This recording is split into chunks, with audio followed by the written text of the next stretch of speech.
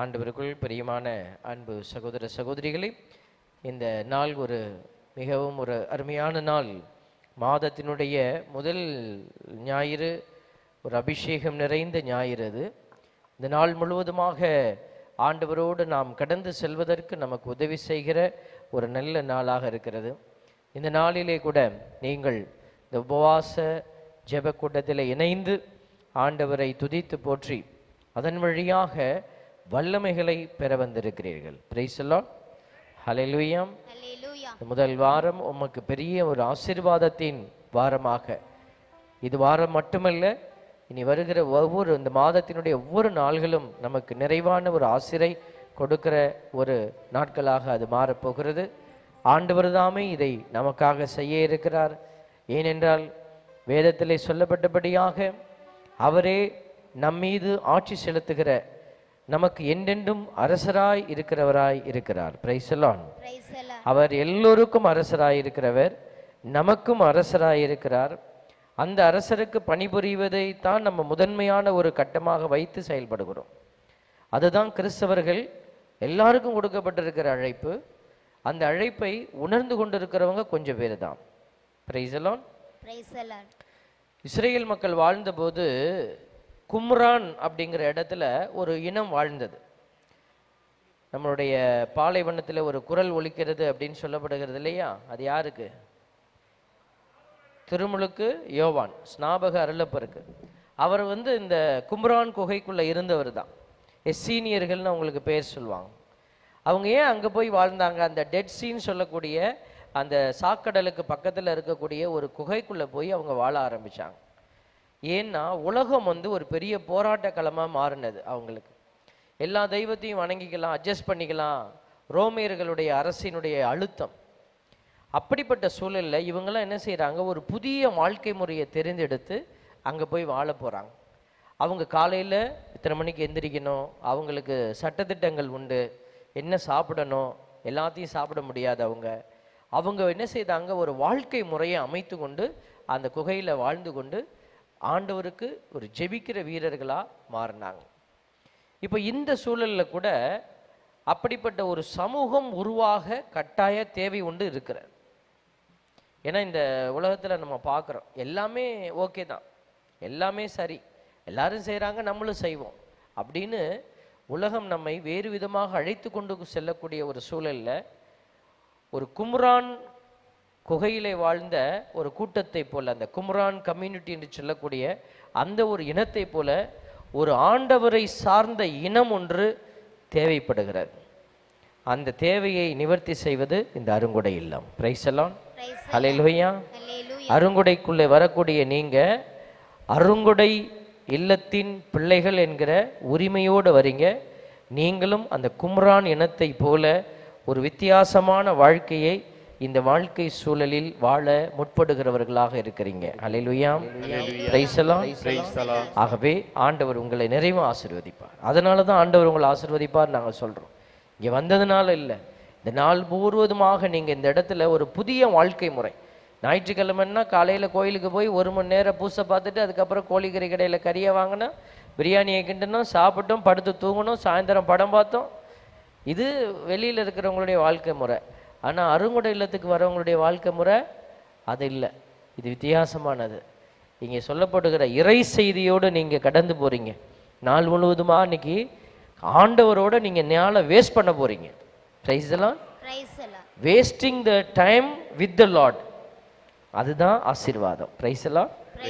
ஆமாம், ஆண்டவரோட நீங்கள் நிறைய பேர் சும்மாவே உட்கார்ந்துருக்கலாம், எந்திரிக்க முடியாது, டயர்டாக இருக்குது, தூங்குவீங்க. பரவாயில்ல, யூ ஆர் ஹியர். நீங்கள் இங்கே இருக்கிறீங்க, ஆண்டவரோடு இருக்க போகிறீங்க, அது உங்களுக்கு பெரிய ஆசீர்வாதம். Praise the Lord. ஹல்லேலூயா. ஆகவே இந்த நாளை இன்னும் இறை வார்த்தை என்கிற அபிஷேகத்தோட ஆசீர்வாதமாக மாற்ற நம் மத்தியிலே வந்திருக்கிற அன்பு தந்தை பாக்கியநாதன் அவர்கள் சூப்பர் ஃபிகர். ஃபோட்டோவில் பார்த்தீங்களா? ஃபாதரை நேராக பார்க்குறீங்களா? அவர் 2 வீலரில் நேற்று வந்தார். அப்படி வந்தாக்க எனக்கே பார்க்கும்போது ரொம்ப ஆசையாக இருந்துச்சு. சாமியை பார்க்கும்போது ஸ்மார்ட்டாக இருக்கிறாரு, படிக்கிறாரு. படிப்பு அப்படிங்கிறது அவர் படிப்பு முடிஞ்சிருச்சு, சாமியாருக்குரிய படிப்பு முடிஞ்சிருச்சு. மேலும் அவர் தன்னை தகுதியாக்கி கொள்ள அவர்கள் மேற்படிப்பை மேற்கொண்டு கொண்டிருக்கிறார். அதை மேற்படிப்பை மேற்கொள்றவங்க எல்லாருமே இந்த மாதிரி பிரேயருக்கு வெளியில வரதில்லை. ஆண்டவரை அறிந்திருக்கிற பிள்ளைகள், ஆண்டவருக்காக ஏதாவது செய்யணுங்கிற குருக்கள் மட்டும்தான் என்ன செய்யறாங்க, இந்த மாதிரி சிறப்பான ஊழியத்தை ஆண்டவர் கொடுத்த திறமையை முன் வச்சு ஓடி வராங்க. பிரைஸ் எல்லாம். இதுலேயும் எக்ஸப்ஷன் கும்ரான் குகையில் இருந்தது போல எக்ஸப்ஷன் குருக்கள்லையும் இருக்கிறாங்க. அப்படிப்பட்ட ஒரு குருவை தான் நான் இங்கே பார்க்குறேன். பிரைஸ் எல்லாம். அவருக்கு இன்னைக்கு இங்கே வரணுன்ற கட்டாயம் கிடையாது. இங்கே வந்து நாள் பூரா இருந்து சாயந்தரம் டயர்டாகி போய் நாளைக்கு அவருக்கு கிளாஸ் இருக்கும். அந்த படிக்கிற வேலையெல்லாம் பார்க்கலாம், இன்னைக்கு எழுதுகிற வேலையெல்லாம் பார்க்கலாம். ஆனால் அவர் இந்த நாளை கூட, இந்த ஓய்வு நாளை கூட ஆண்டவருடைய பிள்ளைகளுக்கு ஆண்டவரை குறித்த செய்தியை, தனக்கு கடவுள் கொடுத்திருக்கிற திறமையை பயன்படுத்தி ஆண்டவரை மகிமைப்படுத்த அவர் இந்த இடத்திற்கு வந்திருக்கிறார். அவர்கள் அனைவரையும் சார்பாக இந்த அருங்குடை இல்லத்திற்கு உங்கள் அனைவரின் பெயராலே வருக வருக என்று வரவேற்கிறோம். கரவோசி. Thank you father. ஆண்டவர் தொடர்ந்து அவரை ஆசீர்வதித்து பல நல்ல பணிகளுக்கு அவரை அழைத்து நல்ல பாடக்கூடிய, போன மாதம் கூப்பிட்டுருந்தோம், எனக்கே அவர் பாடல் எல்லாம் மிகுந்த ஒரு வல்லமையோடு அவர் பாடி இறைவார்த்தையை எடுத்து சென்றது ஆசீர்வாதமாக இருந்தது. ஆகவே தான் இந்த மாதம் முதல் மாதமே நான் அவருக்கு இந்த வாய்ப்பை கொடுத்துருக்கிறோம். தொடர்ந்து இந்த நாளில் நீங்களும் அவரோடு இணைந்து மகிழ்ந்திருப்பீர்கள் என்ற நம்பிக்கையோடு அவரிடத்திலே இந்த பீடத்தை படைத்து நாங்கள் கடந்து செல்கிறோம். God bless you. ஆண்டவருடைய திருப்பிரசன்னத்தில் எழுந்து நின்று இந்த ஆண்டவர் இந்த நாளில் நமக்கு கற்றுக் கொடுக்கின்ற ஆசீர்வாதமுள்ள வாழ்வை அவர் பாதத்தில் ஒப்புக் கொடுப்போம். ஆண்டவரே, என்னை ஆசீர்வதியம், என் வாழ்வை ஆசீர்வதியம், என் பிள்ளைகளை ஆசீர்வதியம், என் வீட்டை நீர் ஆசீர்வதியம். உமது பிரசன்னத்தில் நான் என் இல்லத்தை அர்ப்பணம் செய்கிறேன், நீர் பொறுப்படுத்திக் கொள்ளும் ஆண்டவரே என்று இந்த நாளில் நமது இல்லத்திற்காக சிறப்பாக ஜெபிப்போம். எதுக்கோ ஜெபிக்கிறோம். இன்னைக்கு நாம் வாழ்கின்ற உறைவிடம் இல்லத்திற்காக, அந்த இல்லத்தை இறைவன் நிறைவாக ஆசீர்வதிக்கும்படியாக இல்லத்தை ஆண்டவர் பாதத்தில் ஒப்பு கொடுத்து இந்த நாளிலே ஜெபிப்போம். இல்லத்தின் தலைவியாக இருக்கின்ற அன்னை மரியாளுடைய கரத்தில் நம் இல்லத்தை ஒப்பு கொடுப்போம். ஆண்டவரே, உமது மடியில் எங்கள் இல்லத்தையும் எங்களையும் ஒப்புக் கொடுக்கிறோம். எங்கள் உறவுகளை ஒப்புக் கொடுக்கிறோம், எம் பிள்ளைகளை ஒப்புக் கொடுக்கிறோம், என் சொந்தங்களை ஒப்புக் கொடுக்கிறோம், எம் இல்லத்தில் வந்து செல்லுகின்ற அத்துணை பிள்ளைகளையும் ஒப்புக் கொடுக்கிறோம். நீர் ஆசீர்வதியும், பொறுப்படுத்திக் கொள்ளும், நீர் பயன்படுத்தும், நீர் எங்களை வாழச் செய்யும், நீரே எங்களை உன்னதமான பிள்ளைகளாக உயர்த்திவிடும் ஆண்டவரே என்று அவருடைய கரத்தில் நம்மை தாழ்த்துவோம். இறைவன் அற்புதமாய் நம்மை ஆசீர்வதிக்கட்டும். அன்னை மரியாள் அற்புதமாய் அவள் நம்மை தாங்கிச் செல்லட்டும் என்று அன்னையின் பாதத்திலே ஒப்புக் கொடுப்போம். தாயின் மடிதான் உலகம், அவள் தாளை பணிந்திடுவோ.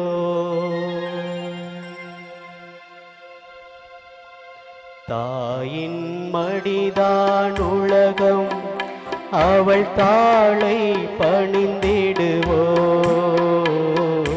தாயின் மடிதான் உலகம், கரம் தட்டி அன்னையின் மகிமையை நினைத்து புகழ்ந்து பாடுவோ.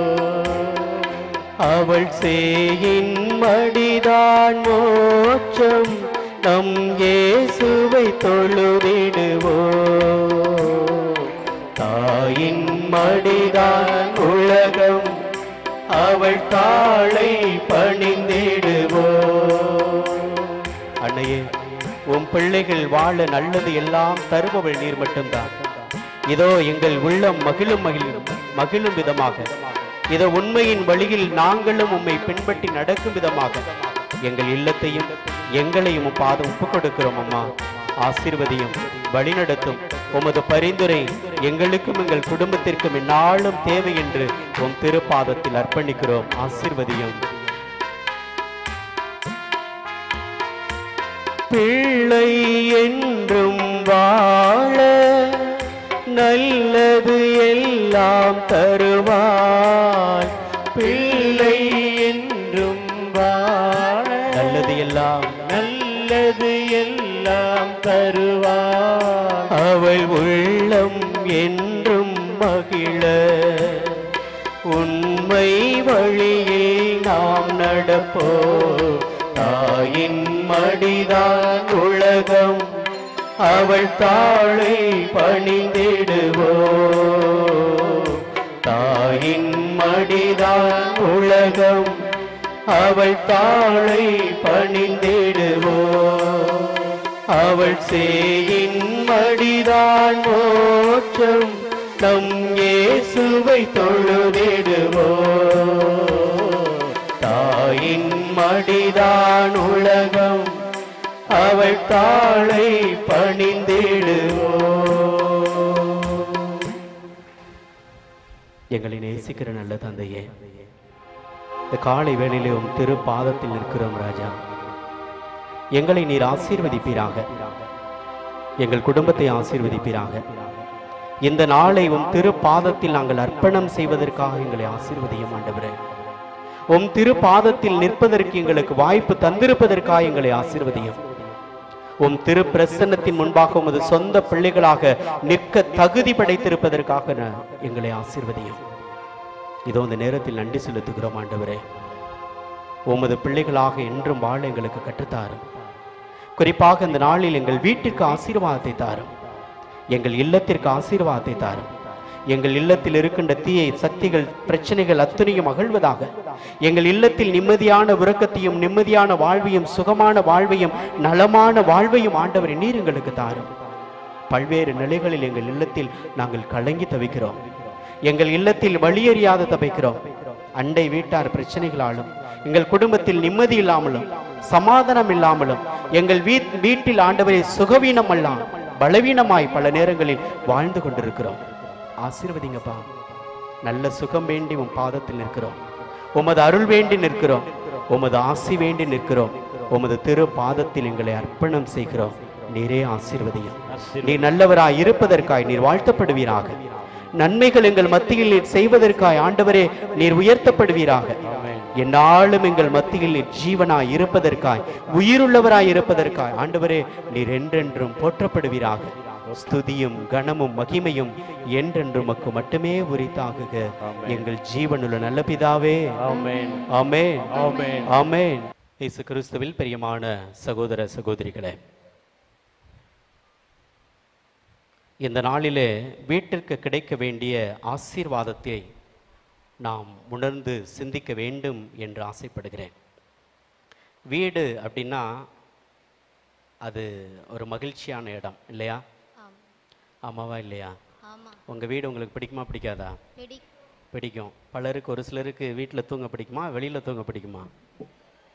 என்ன இருந்தாலும் அடுத்த வீட்டில் பயணம் போய் சொந்தக்கார வீட்டில் அல்லது வேறு எங்கேயாவது தூங்கினா கூட எங்கள் வீட்டில் இருக்கிறது மாதிரி சுகம் கிடைக்காதுப்பா அப்படின்னு ஃபீல் பண்ணுவோம் இல்லையா? ஆமாவா இல்லையா? எங்கள் வீட்டில் இருக்கிற சந்தோஷம் எங்கே இருந்தாலும் கிடைக்காது. எங்கே இருந்தாலும் என் வீட்டில் வந்து நான் பெரும்பாலும் தங்க மாட்டேன், வீட்டில் வந்தால் தங்குவேன் அப்படின்னு நினைத்து பார்க்கின்ற பிள்ளைகள் ஏராளம். அந்த வீடு ஆசீர்வதிக்கப்பட வேண்டும். அந்த வீடு ஆசீர்வாதமாக இருக்கிற போது தான் நமக்கு அந்த நிறைவும் சந்தோஷமும் மகிழ்ச்சியும் என்னாலும் நிரம்ப கிடைக்கும். Praise the Lord, praise the Lord, hallelujah, hallelujah. அந்த வீட்டின் ஆசீர்வாதம் நிரம்ப கிடைக்க வேண்டுமாய் இந்த நாளில் வீட்டிற்காக ஜெபிப்போம். லூக்கா நற்செய்தி அதிகாரம் 10 இறை வார்த்தை 6 எடுத்துக்கொள்வோம். இந்த ஒரு வார்த்தையை இந்த நாளில் முழுவதுமாக இந்த ஒரு மணி நேரத்தில் சிந்திப்போம். இந்த வார்த்தை என்ன சொல்லுகிறது? அமைதியை விரும்புபவர், அமைதியை விரும்புகிறவர் அங்கு இருந்தால் நீங்கள் வாழ்த்தி கூறிய அமைதி அவரிடம் தங்கும், அந்த வீட்டில் தங்கட்டும். இல்லாவிட்டால் அது உங்களிடமே திரும்பி வரட்டும். Price the Lord, praise the Lord. ஆண்டவர் இயேசு 72 சீடர்களை அனுப்பி, நீங்க போங்க, எங்க வேணாலும் போங்க, வீடுகளுக்கு செல்லுங்கள், அந்த வீட்டுக்கு போயிட்டு அமைதி உரித்தாகுன்னு சொல்லுங்க. ஆனா அந்த வீட்டுல அமைதியை விரும்புகின்ற பிள்ளைகள் மட்டும் இருந்தா அங்க என்ன தங்குமா? அமைதி தங்கும். அமைதி விரும்புகிற பிள்ளைங்க இருந்தாதான் இங்கே அமைதி தங்கும். Praise the Lord. அமைதி விரும்பாத பிள்ளைங்க அந்த இடத்துல இருந்தாங்கன்னா என்ன செய்யாதீங்க. எத்தனை ஃபாதர்ஸ் வந்து உங்க வீட்டில் பிளஸ் பண்ணாலும் சரி, போப்பாண்டவர் பிரான்சிஸே வந்து உங்க வீட்டில் பிளஸ் பண்ணாலும் சரி, இல்லை ஆண்டவர் இயேசுவே வந்து உங்க வீட்டில் கனவுல தோண்டி இன்னைக்கு நைட்டு வந்து உங்க வீட்டில் ஆசீர்வாதம் உண்டாகட்டும்னு சொன்னாலும் சரி, அங்கே இருக்கிறவங்களுக்கு என்ன வேணும்? Price the Lord, praise the Lord. அந்த வீட்டில் இருக்கிறவங்களுக்கு அமைதி வேணும். அந்த வீட்டில் இருக்கிறவங்களுக்கு அமைதி கிடைக்கல அப்படின்னு சொன்னா அந்த வீட்டில் யார் ஆசீர்வாதத்தை கொடுத்தாலும் அந்த வீட்டில் தங்காது. ஆண்டவர் தன் சீடர்களை சொல்லி அனுப்பும்போது மிக தெளிவாக சொல்லி அனுப்புறாரு, அந்த வீட்டிற்கு அமைதி இருந்தா அந்த அமைதி அங்கே தங்கட்டும், இல்லைன்னா பிரச்சனை இல்லை, உன் காலின் தூசிகளை கூட அந்த வீட்டில் உதறி விட்டுட்டு நீ வெளியில் வந்துடு, கம் அவுட். வேண்டாம், அமைதி விரும்பாத பிள்ளைங்க நமக்கு எதுக்கு, விட்டுரு. அது வரட்டும், திரும்பி வரட்டும், தேடி வரட்டும், அந்த அமைதி வேணுன்ட்டு தாகமா வரட்டும், அந்த பிள்ளைக்கு ஆசீர்வாதத்தோடு வாஞ்சியோடு வரட்டும், அப்ப கொடுப்போம். ஒண்ணுமே இல்லை, அந்த ஆசையே இல்லை, விருப்பமே இல்லை, அந்த தாகமே இல்லை, அந்த பிள்ளைக்கு நீ அமைதியை கொடுக்கறது வேஸ்ட். விரும்பாதவர்களுக்கு கொடுப்பதை விட விரும்பியவர்களுக்கு கொடுக்க வேண்டும் என்று ஆண்டவர் அதிகம் அதான் உள்ளவர்களுக்கு என்ன செய்யறார் ஆண்டவர்? இன்னும் அதிகமாக கொடுக்கப்படும்ன்றார். Praise the Lord. Praise the Lord. Hallelujah. Hallelujah. நமக்கு வாழ்வின் அடிப்படை தேவை என்ன?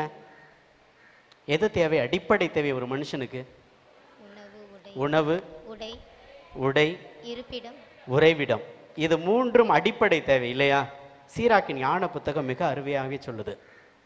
சீராக்கின் ஞான புத்தகம் அதிகாரம் 29 இறை வார்த்தை 21, 22 மிக தெளிவாக சொல்லுகிறது. வாழ்வின் அடிப்படை தேவைகளாவன தண்ணீர், உணவு, உடை, மானம் காக்க வீடு. சும்மா வீடு இல்ல, எதுக்கு வீடு? மானம் காக்க வீடு. ஆமா, தெருவுல கிடந்த அசிங்கம். வீடு எதுக்கா? மானம் காக்க வீடு, சும்மா இல்ல. மானம் காக்குறதுனா ஏதோ ட்ரெஸ் போட்டு சேஞ்ச் பண்றதுக்காக மட்டும் இல்ல வீடு. அந்த மானத்தை மட்டும் காக்குறதுக்கு இல்ல. அந்த வீடு உண்மையாகவே ஆசீர்வாதம் விளங்குகின்ற ஒரு வீடா, அது என் பிள்ளைகளுக்கு பரம்பரையாக அந்த பிள்ளைகளுக்கு நன்மையை கற்றுக் கொடுக்கிற வீடாக, அப்படி ஒரு மானத்தை காக்க இந்த குடும்பமா எக்ஸலண்ட், நல்லா இருப்பாங்கப்பா, பக்தியாக இருப்பாங்கப்பா, ஒழுக்கமாக இருப்பாங்கப்பா, 4 பேருக்கு உதவி செய்வாங்கப்பா, இந்த வீட்டுக்கு போனால் சந்தோஷம் கிடைக்கும்ப்பா, இந்த வீட்டில் போனால் ப்ரேயர் பண்ணலாம்ப்பா, இந்த வீட்டில் போனால் ஆறுதலான ஒரு வார்த்தை கேட்கலாம்ப்பா அப்படின்னு பிள்ளைகள் சொல்லுகின்ற அளவுக்கு அது ஆசீர்வாதம் மிக்க வீடாக, அது மானம் காக்குகின்ற வீடாக. Praise the Lord. Praise the Lord. அது குடிக்க தண்ணீராக இருக்கலாம், இருக்க இடமாக இருக்கலாம், உடுக்க உடையாக இருக்கலாம். ஆனால் எது முக்கியமானது அப்படின்றாரு? மானம் காக்க ஒரு வீடு, அது பேசிக்கா வேணும். இருக்கா? அந்த வீட்டை சொல்லும்போது மானம் போகுதா? மானம் காக்கப்படுதா? நம்ம வீட்டை சொல்லும்போது இன்னார் வீடா, சாமி தயவு செய்து போயிடாதீங்க, உங்கள் பேரையும் கெடுத்துருவாங்க அப்படின்னு சொல்கிற அளவுக்கு இருக்கா? இல்லைப்பா போகலாம், நல்ல வீடு, சந்தோஷமானவங்க, நல்ல பக்தி நிறைந்தவங்க, மகிழ்ச்சி நிறைந்தவங்க, அந்த குடும்பமாக ஆசீர்வாதமாக இருப்பாங்க, அப்படி ஜெபம் பண்ணுவாங்க, ரொம்ப பக்தியாக நிறைவோட மகிழ்ச்சியோட அவங்களுக்குள்ள சமாதானத்தோட யார் வந்தாலும் அரவணைக்கிற அன்பு மிக்க ஒரு பாசமே உருவான, ஒரு அன்பே உருவான நல்ல பிள்ளைங்களாக இருப்பாங்க அப்படின்னு பிறர் நம்மளை பார்த்து சொல்கிற அளவுக்கு அந்த வீடு, நம்ம வீடு அப்படின்னா யாரை குறிக்குது? நாம் இருக்கிறவங்கள பொறுத்து தான் அந்த வீடு இருக்குதா இல்லையா? ஒரு சில வீடு இருந்தாலும் பிரயோஜனம் இல்லாமல் இருக்கும். வீடு பெரிய வீடாக கட்டியிருக்கலாம், ஆனால் லைட்டு ஒன்று தான் எரியும், இருள் அடைஞ்சு போய் கிடக்கும். அப்படி இல்லை, ஒளி நிறைந்த பிரகாசம் நிறைந்த, ஏதோ நான் லைட் அப்படின்றது விளக்குகளை மட்டும் சொல்லவில்லை, மனதையும் சேர்த்து. இருளடைந்து வீடு கிடக்கிறது, பாவம் நிறைந்து வீடு கிடக்கிறது, ஆண்டவருடைய ஆசீர்வாதம் இழந்து வீடு கிடக்கிறது. அப்படிப்பட்ட ஒரு வீடாக கண்டிப்பாக இருக்கக்கூடாது. ஆண்டவர் மிக தெளிவாக 22வது வசனத்தில், அதே இதில் 22 மிக தெளிவாக சொல்கிறார், அடுத்தவர் வீட்டில் உண்ணும் அறுசுவை உணவை விட தன் கூரைக்கு அடியில் வாழும் ஏழையின் வாழ்வே மேலானது. எங்கே இருந்தாலும் அது அடுத்தவங்க வீட்டில் போயிட்டு சாப்பிட்டு நிறைவடைவதில்லை. என் வீட்டில் அது கூழ குடித்தாலும் அது நிறைவு கிடைக்கும். சாப்பாடே இல்லை, ஒரு கப் பால் சாப்பிட்டா கூட என் வீட்டில் அது நிறைவு கொடுக்குமா கொடுக்காதா? கொடுக்கும். அது கொடுக்கும். அப்படிப்பட்ட ஒரு ஆசீர்வாதமான ஒரு வீட்டை, இல்லத்தை கட்டியிருப்போம். லட்சக்கணக்கில் கட்டியிருப்போம், கொஞ்சமாக போட்டு கட்டியிருப்போம். ஒரு சிலர் வாடகைக்கு கூட இருப்போம், ஒரு சிலர் சின்ன வீடாக கூட இருக்கும். ஒரு குட்டி வீடாக இருக்கிறதுக்கு, எங்களுக்கு தங்குறதுக்கு இருந்தால் போதும் அப்படின்னு சொல்லிட்டு வாழ்வோம். ஏதோ ஒரு ரூம், ஒரு பெட்ரூம், ஒரு ஹால், ஒரு கிச்சன் இருந்தால் போதும் அப்படின்னு வாழ்வோம். ஆனால் அந்த வீட்டில் கடவுளுடைய பிரசன்னம் இருக்கிறதா? அதுதான் முக்கியம். பெருசாக வீடு கட்டியிருக்கோம், 2 மாடி போட்டு கட்டியிருக்கிறோம், 4 ரூம் வச்சுருக்கிறோம், கிச்சன் ஒன்று, பாத்ரூம் ஒன்று, அது ஒன்று, இது ஒன்று, எல்லாம் சேர்த்து அப்படியே போனால் அப்படியே பிரம்மாண்டமாக பார்க்குற அளவுக்கு வச்சுருக்கோம் வீடை. அப்படின்றத விட என் வீட்டில் கடவுளுடைய பிரசன்னம் இருக்கிறதா? Praise the Lord, praise the Lord, hallelujah, hallelujah. இந்த வீட்டை கட்டி எழுப்புகிறவர் யார்? எபிரேயர் திருமடல் அதிகாரம் 3 இறை வார்த்தை 8 மிக தெளிவாக சொல்கிறது. ஒவ்வொரு வீட்டையும், எபிரேயர் 3:4, ஒவ்வொரு வீட்டையும் கட்டி எழுப்ப ஒருவர் இருப்பது போல அவ்வீட்டை விட எல்லாவற்றையும் கட்டி எழுப்புகின்றவர் ஒருவர் இருக்கிறார். அவர் யாரு? அவரே கடவுள். Price the Lord. உங்க வீட்டை கடவுள் கட்டி எழுப்பி இருக்கிறாரா? கொத்தனார் கட்டி எழுப்பி இருக்காரா? யாரு கட்டி எழுப்பி இருக்கிறா? கொத்தனார் தான் கட்டினார் சாமி. ஆனா ஆண்டவர் அவருக்கு சக்தி கொடுத்தாரு, ஆண்டவர் அவரோடு உடன் இருந்தாரு, ஆண்டவர் அவருக்கு புத்தியை கொடுத்தாரு நல்ல விதத்தில் கட்டணுன்ட்டு. ஆண்டவர், நான் தான் கட்டினேன் சாமி, நான் தான் கஷ்டப்பட்டு உழைச்சேன், 10 லட்ச ரூபா போட்டு கட்டினேன், 20 லட்ச ரூபா போட்டு கட்டினேன், 25 ரூபா போட்டு நான் கஷ்டப்பட்டு உழைச்சி கடன் வாங்கி அப்படி இப்படின்னு சேர்த்து நான் கட்டினேன். எங்கே கடவுளா கட்டினாரு அப்படின்றீங்களா? எப்ப அந்த வீட்டை கடவுள் கட்டி கொடுத்தார்? இந்த ஆசீர்வாதம் கடவுளால் வந்தது. எனக்கு கிடைத்த இந்த இல்லம் கடவுள் கொடுத்த ஒரு கொடை, எனக்கு கிடைத்திருக்கிற இந்த இல்லம் கடவுள் போட்ட எனக்கு ஒரு பிச்சை என்று எப்பொழுது நினைத்து கடவுளை முன்னிலைப்படுத்தி வாழ ஆசிக்கின்றோமோ அந்த இல்லத்தில் கடவுளுடைய பிரசன்னம் நிறைவாய் தங்கும். பிரைஸ் தி லார்ட், ஹல்லேலூயா, ஹல்லேலூயா. கடவுளுடைய பிரசன்னம் தங்குகின்ற ஒரு இல்லமாக, இருப்பிடமாக நமது இல்லம் இருக்க வேண்டும். அதுல எந்த மாற்றமும் இல்லை. யாராவது இருக்கக்கூடாதுன்னு நினைக்கிறீங்களா? இருக்கக்கூடாது. இல்லை ஃபாதர், நான் என் மாமியா கட்டினது, எங்கள் அப்பா கட்டினது, நான் இங்கே இருக்கிறேன் அப்படின்னு சொல்லி இன்னும் அந்த பிடிவாதத்தில் இருக்கிறீங்களா? என் வீடு இது என் கடவுள் கொடுத்த வீடு அப்படின்னு நினைத்து பார்க்கிற பிள்ளைகளுக்கு ஆசீர்வாதம் ரொம்ப கிடைக்கும். Praise the Lord, praise the Lord. அதான் திருப்பாடல் 127:1 வாசிக்கிறோம். ஆண்டவரே வீட்டை கட்டவில்லை எனில் அவர் கட்டுவோரின் உழைப்பு வீணாகும், ஆண்டவரே நகரை காக்கவில்லை எனில் காவலர்கள் விழித்திருப்பதும் வீணாகும் என்று மிக தெளிவாக திருப்பாடல் வரிகள் சொல்லுகின்றன. அது ஆண்டவர் கட்டுகின்ற வீடாக இருக்க வேண்டும். இல்லை அப்படின்னா கட்டுவோரின் உழைப்பு வீணாய் போய்விடும், நாம் இருக்கிற அந்த மகிழ்ச்சி வீணாய் போய்விடும், அந்த இருக்கிற சந்தோஷம் வீணாய் போய்விடும், அந்த இல்லத்தில் கிடைக்கிற மதிப்பும் மரியாதையும் அல்லது உயர்ந்த எண்ணமும் நிறைந்த வாழ்வும் நலமான வாழ்வும் அந்த இடத்துல இல்லாமல் போயிடும்.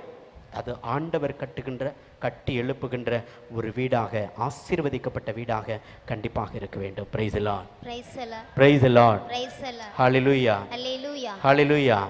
அப்படிப்பட்ட ஒரு இல்லமாக இருக்க இந்த நாளில் ஜெபிப்போம்.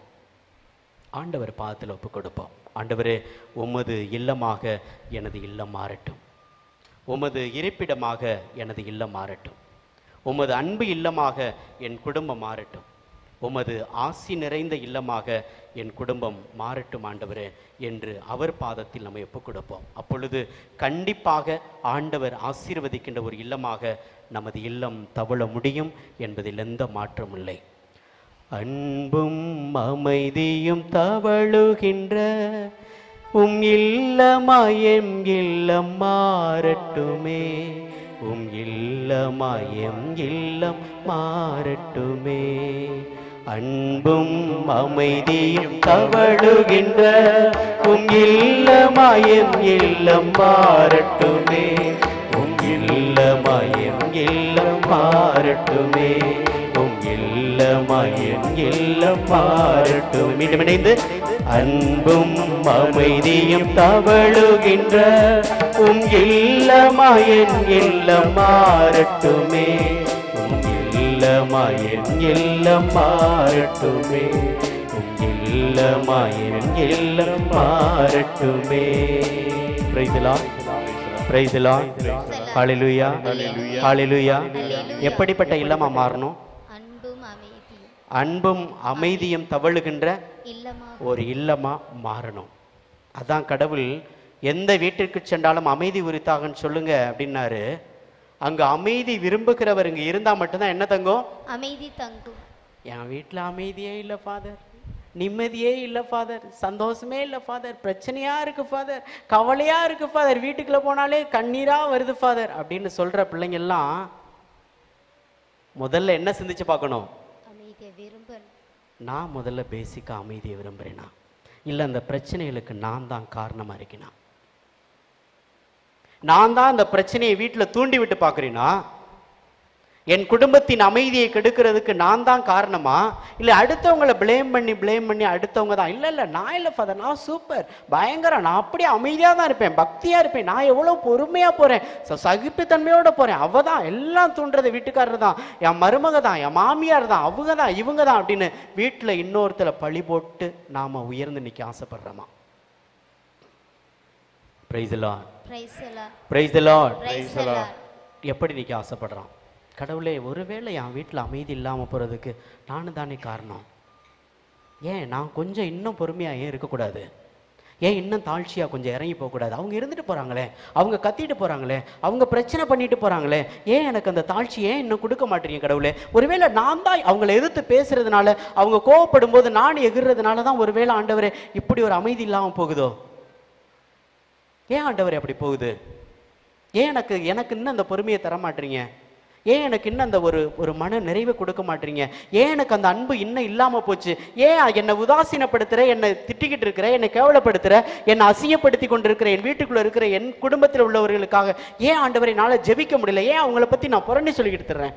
அவங்கள பற்றி இல்லாது என் அப்படி பண்ணுறாரு, அப்படி பண்ணுறாரு, என் மாமியா அப்படி பண்ணுது, என் வீட்டுக்காரர் இப்படி பண்ணுறாரு, என் கொழுந்தியா அப்படி பண்ணுறா, அவள் அப்படி பண்ணுறா, எப்படி பண்ணுறா, இவெல்லாம் தொல்லை கொடுக்கறதுனால தான் என் வீடு நிம்மதி இல்லாமல் போகுது அப்படின்னு ஏன் ஆண்டவரை நான் அடுத்தவங்களை பற்றி சொல்லணும்? ஏன் அவங்களுக்காக நான் ஜெபித்து என் வீட்டை அவங்களையும் குடும்பத்தில் ஒரு ஆசீர்வாதம் அமைக்க பிள்ளையா ஏன் என்னால் மாற்ற முடியல? முடியுமா முடியாதா? முடியுமா முடியாதா? முடியும். Praise the Lord. Praise the Lord. Hallelujah. Hallelujah.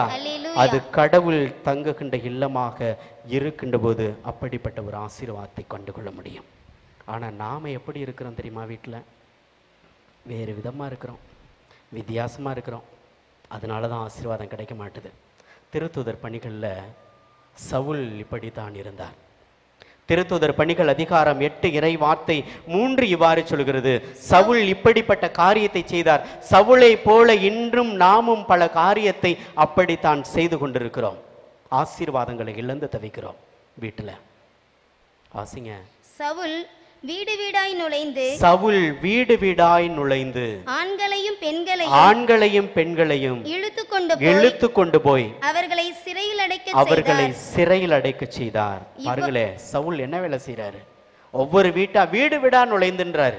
ஒவ்வொரு வீட்டுக்குள்ளேயா போய் என்ன பண்ணாரு? அமைதி உரித்தாக்குக, நீங்க சந்தோஷமா இருங்க, சமாதானமா இருங்க அப்படின்னு சொன்னாரா? என்ன சொல்றாரு? அவங்கள தொல்லை கொடுத்தாரு, அவங்க நிம்மதியை கெடுத்தாரு, அவங்களுடைய ஆசீர்வாதத்தை கெடுத்தாரு. சவுல் ஒவ்வொருத்தரையும் பிடிச்சு சிறையில் அடைக்கணும், அவங்களுக்கு துன்புறுத்த நினைச்சாரு. நாமளும் பல நேரத்தில் அப்படித்தான் இருக்கிறோம். வீட்டில் அடுத்தவங்க வீடு படியேறி போய் திட்டிட்டு வந்தாதான் மனசு ஆறும்னு பல நேரத்தில் பலரும் நினைக்கிறோம். ஒரு சின்ன பிரச்சனை வந்தா அமைதியா சரி பரவாயில்லப்பா போயிட்டு போதுப்பா விடுங்க அப்படின்னு நிம்மதியா இருக்க முடியல. வீடேறி போய் திட்டுனாதான் என் மனசு ஆறுது. அடுத்தவங்க வீடேறி போய் அப்புறம் எப்படி என் வீடு விளங்கும்? என் வீடு எப்படி நிம்மதியை கண்டுகொள்ளும்? அடுத்தவங்க படியேறி போய் அடுத்தவங்க வாசல்ல நின்று அவங்கள கேவலப்படுத்த தோணுது நமக்கு. பவுல் அப்படித்தான் செய்தார். சவுல் அப்படிப்பட்ட காரியத்தை செய்தார். பவுலாக செய்யவில்லை, சவுலாக செய்தார். சவுல் தீமை நிறைந்த வாழ்வில் இருந்தார். நாமும் சவுளை போல பல நேரத்தில் அப்படிப்பட்ட காரியங்களை இந்த உலகத்தில் செய்து கொண்டிருக்கிறோம். இந்த உலகத்தில் அப்படித்தான் வாழ ஆசைப்படுகிறோம். தீமையான எண்ணங்களை பிறருக்கு புகுத்துவதும், பிறரை பற்றி கேவலப்படுத்துவதும், அசிங்கப்படுத்துவதும், வீட்டை பற்றி இல்லாத பொருளாலாம் சொல்றது, அவங்களுக்கு மன குலைச்சலை கொடுத்து கொண்டிருப்பது. பல நேரத்தில் பலர், ஒரு சில குடும்பத்தால தான் ஒரு சில குடும்பங்கள் நிம்மதி இழந்து போகுது. யோசித்து பாருங்க. ஒரு சில குடும்பங்கள் எட்டு, ஒரு சில குடும்பத்தினுடைய நிம்மதி இழந்து போகுது. பெரும்பாலும் பக்கத்தில் உள்ள வீட்டை எட்டு, பெரும்பாலும் பக்கத்தில் உள்ள வீட்டை எட்டு. நீங்க அந்த வீட்டுக்கு துரோகம் பண்றீங்களா, இல்ல அந்த வீடு உங்களுக்கு துரோகம் பண்றாங்களான்னு எனக்கு தெரியல. ஆனா ஏதோ ஒரு வழியில உறவு இல்லாமல், அன்பு இல்லாமல், நிம்மதி இல்லாம, சமாதானம் இல்லாம, ஒற்றுமை இல்லாம, புரிஞ்சுக்கிற தன்மை இல்லாம, பல நேரத்தில் விரோதியாவே வீட்டை விட்டு வெளியில வர்றோம். பார்க்குற மனுஷி ஒரு நல்ல உள்ளமா இருக்கணுமா வேணாமா? காலையில தூங்கி எந்திரிச்சு வெளியில வரும்போது வீட்டில் தண்ணி தெளிச்சு கோலம் போடணும் அப்படின்னு சொன்னா, அந்த பார்க்குற முகம் பக்கத்து வீட்டுக்காரமா வெளியில வரும். சனிய இந்த முகத்தில் முழிக்கிறேன் பாரு, காலையில் விளங்கும் அப்படி நினைச்சா உருப்படுமா? உருப்படுமா? உருப்படாதா? அப்ப ஏன் பக்கத்து வீட்டோட சண்டை போட்டுக்கிட்டு தர்றோம்? அப்படித்தானே செய்யறோம். நிம்மதியா இருக்க முடியல. பல நேரத்தில் அப்படிப்பட்ட காரியத்தை தானே செஞ்சுக்கிட்டு இருக்கிறோம். நாங்க சமாதானமா தான் போறோம், அவங்க தானே இருக்க மாட்டாங்க. சொல்லுவோம் சொல்லுவோம் சொல்லுவோம் நல்லாதான் சொல்லுவோம். அப்படித்தான் நாம நினைக்கிறோம். அதான் சொன்னேன், அடுத்தவங்கள பிளேம் பண்ணாதீங்க, விடுங்க. அடுத்தவங்கள சொல்லாதீங்க, நான் இறங்கி போகணும். ஏன் அந்த வீட்டில் நான் போகக்கூடாது? ஏன் அந்த வீட்டில் நான் நிற்கக்கூடாது? ஏமா உனக்கு என்னம்மா பிரச்சனை? எனக்கு ஏதாவது இருந்தால் சொல்லுமா, நான் மாற்றிக்கிறேம்மா.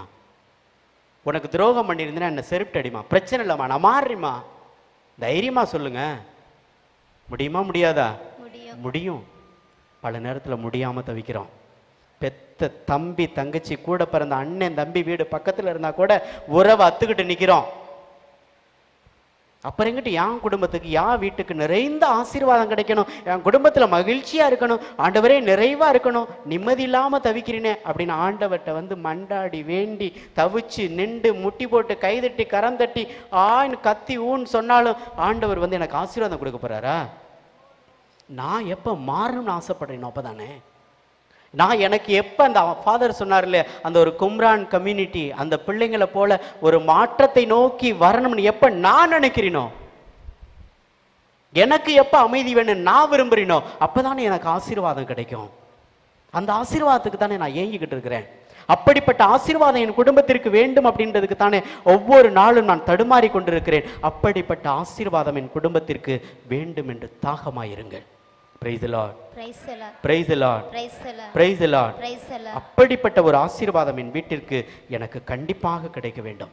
எசாயா தன் பிள்ளைகளுக்காக ஜெபித்தார். இப்படி எசாயா புத்தகத்திலே அதிகாரம் 32:18 பார்க்கிறோம். ஒரு வீட்டை குறித்து காலையில நீங்க ஒவ்வொரு நாளும் எந்திரிச்சு சொல்ல வேண்டிய ஜெபம் இந்த ஜெபமா தான் இருக்கணும்.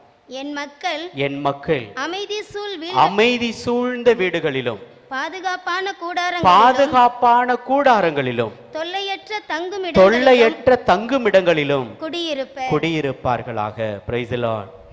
Praise the Lord. Hallelujah. இந்த ஜெபத்தை எல்லாரும் திரும்பி சொல்லுங்க. எல்லாரும் திரும்பி சொல்லுங்க. ஆண்டவரே, என் மக்கள் அமைதி சூழ்ந்த வீடுகளிலும் பாதுகாப்பான கூடாரங்களிலும் தொல்லையற்ற தங்குமிடங்களிலும் குடியிருப்பார்களாக. ஆண்டவரே, என் மக்கள் அமைதி சூழ்ந்த வீடுகளிலும் பாதுகாப்பான கூடாரங்களிலும் தொல்லையற்ற தங்குமிடங்களிலும் குடியிருப்பார்களாக. Praise the Lord. Praise the Lord. Praise the Lord. இந்த ஜெபத்தை காலையில எந்திரிச்ச உடனே என்ன செய்யணும்? சொல்லணும். வீட்டுக்காக ஜெபிக்கணும், என் பிள்ளைங்களுக்காக ஜெபிக்கணும். ஆண்டவரே, தொல்லையற்ற இடமா இருக்கணும் அப்படின்னா நான் முதல்ல தொல்லை கொடுக்கிறவளா இருக்கக்கூடாது அப்படின்னு உள்ளத்துல தானாவே தோணணும். பேசிக்கா நான் இருக்கணும். ஆண்டவரே, நான் தொல்லை கொடுக்காத பிள்ளையா என்ன மாத்துங்க. அவங்க திட்டிக்கிட்டு இருந்தா கூட என்ன பண்ணணும்? பக்கத்து வீட்டுக்காரம்மா திட்டிக்கிட்டு கேட்டு சத்தமா நம்மளுக்கு காதுல, அவ வீட்டுல குத்தனன்னு தானே நான் திட்டுறேன் அப்படின்னு தான் அந்த அம்மா பேசும். அதுக்காக நாம என்ன செய்யக்கூடாது? அதை ஒட்டு கேட்டுக்கிட்டே நின்றுட்டு வெள்ளத்துல வெந்து வெந்து பக்கத்துல நீயும் பதிலடி கொடுக்கக்கூடாது. ஒரு நல்ல இறை வார்த்தை சவுண்டா வச்சு வீட்டில் ஒரு நல்ல பாடல், ஒரு துதி பாடலை போட்டு விட்டுட்டு சத்தமா வச்சு விடுங்க. அந்த அம்மாவுக்கு நீங்க வீட்டில் போடுற பாட்டு அந்த அம்மாவை கேட்கணும். வைங்கள, அந்த அம்மா பேசுறது உங்களுக்கு கேட்காது. Praise the Lord. Praise the Lord. Hallelujah. Hallelujah. Hallelujah. நாம அப்படி செய்ய முடியல. காதா இங்க என்னை பத்தி என்னதே பேசுறாவ, அப்படிதான் போகுது.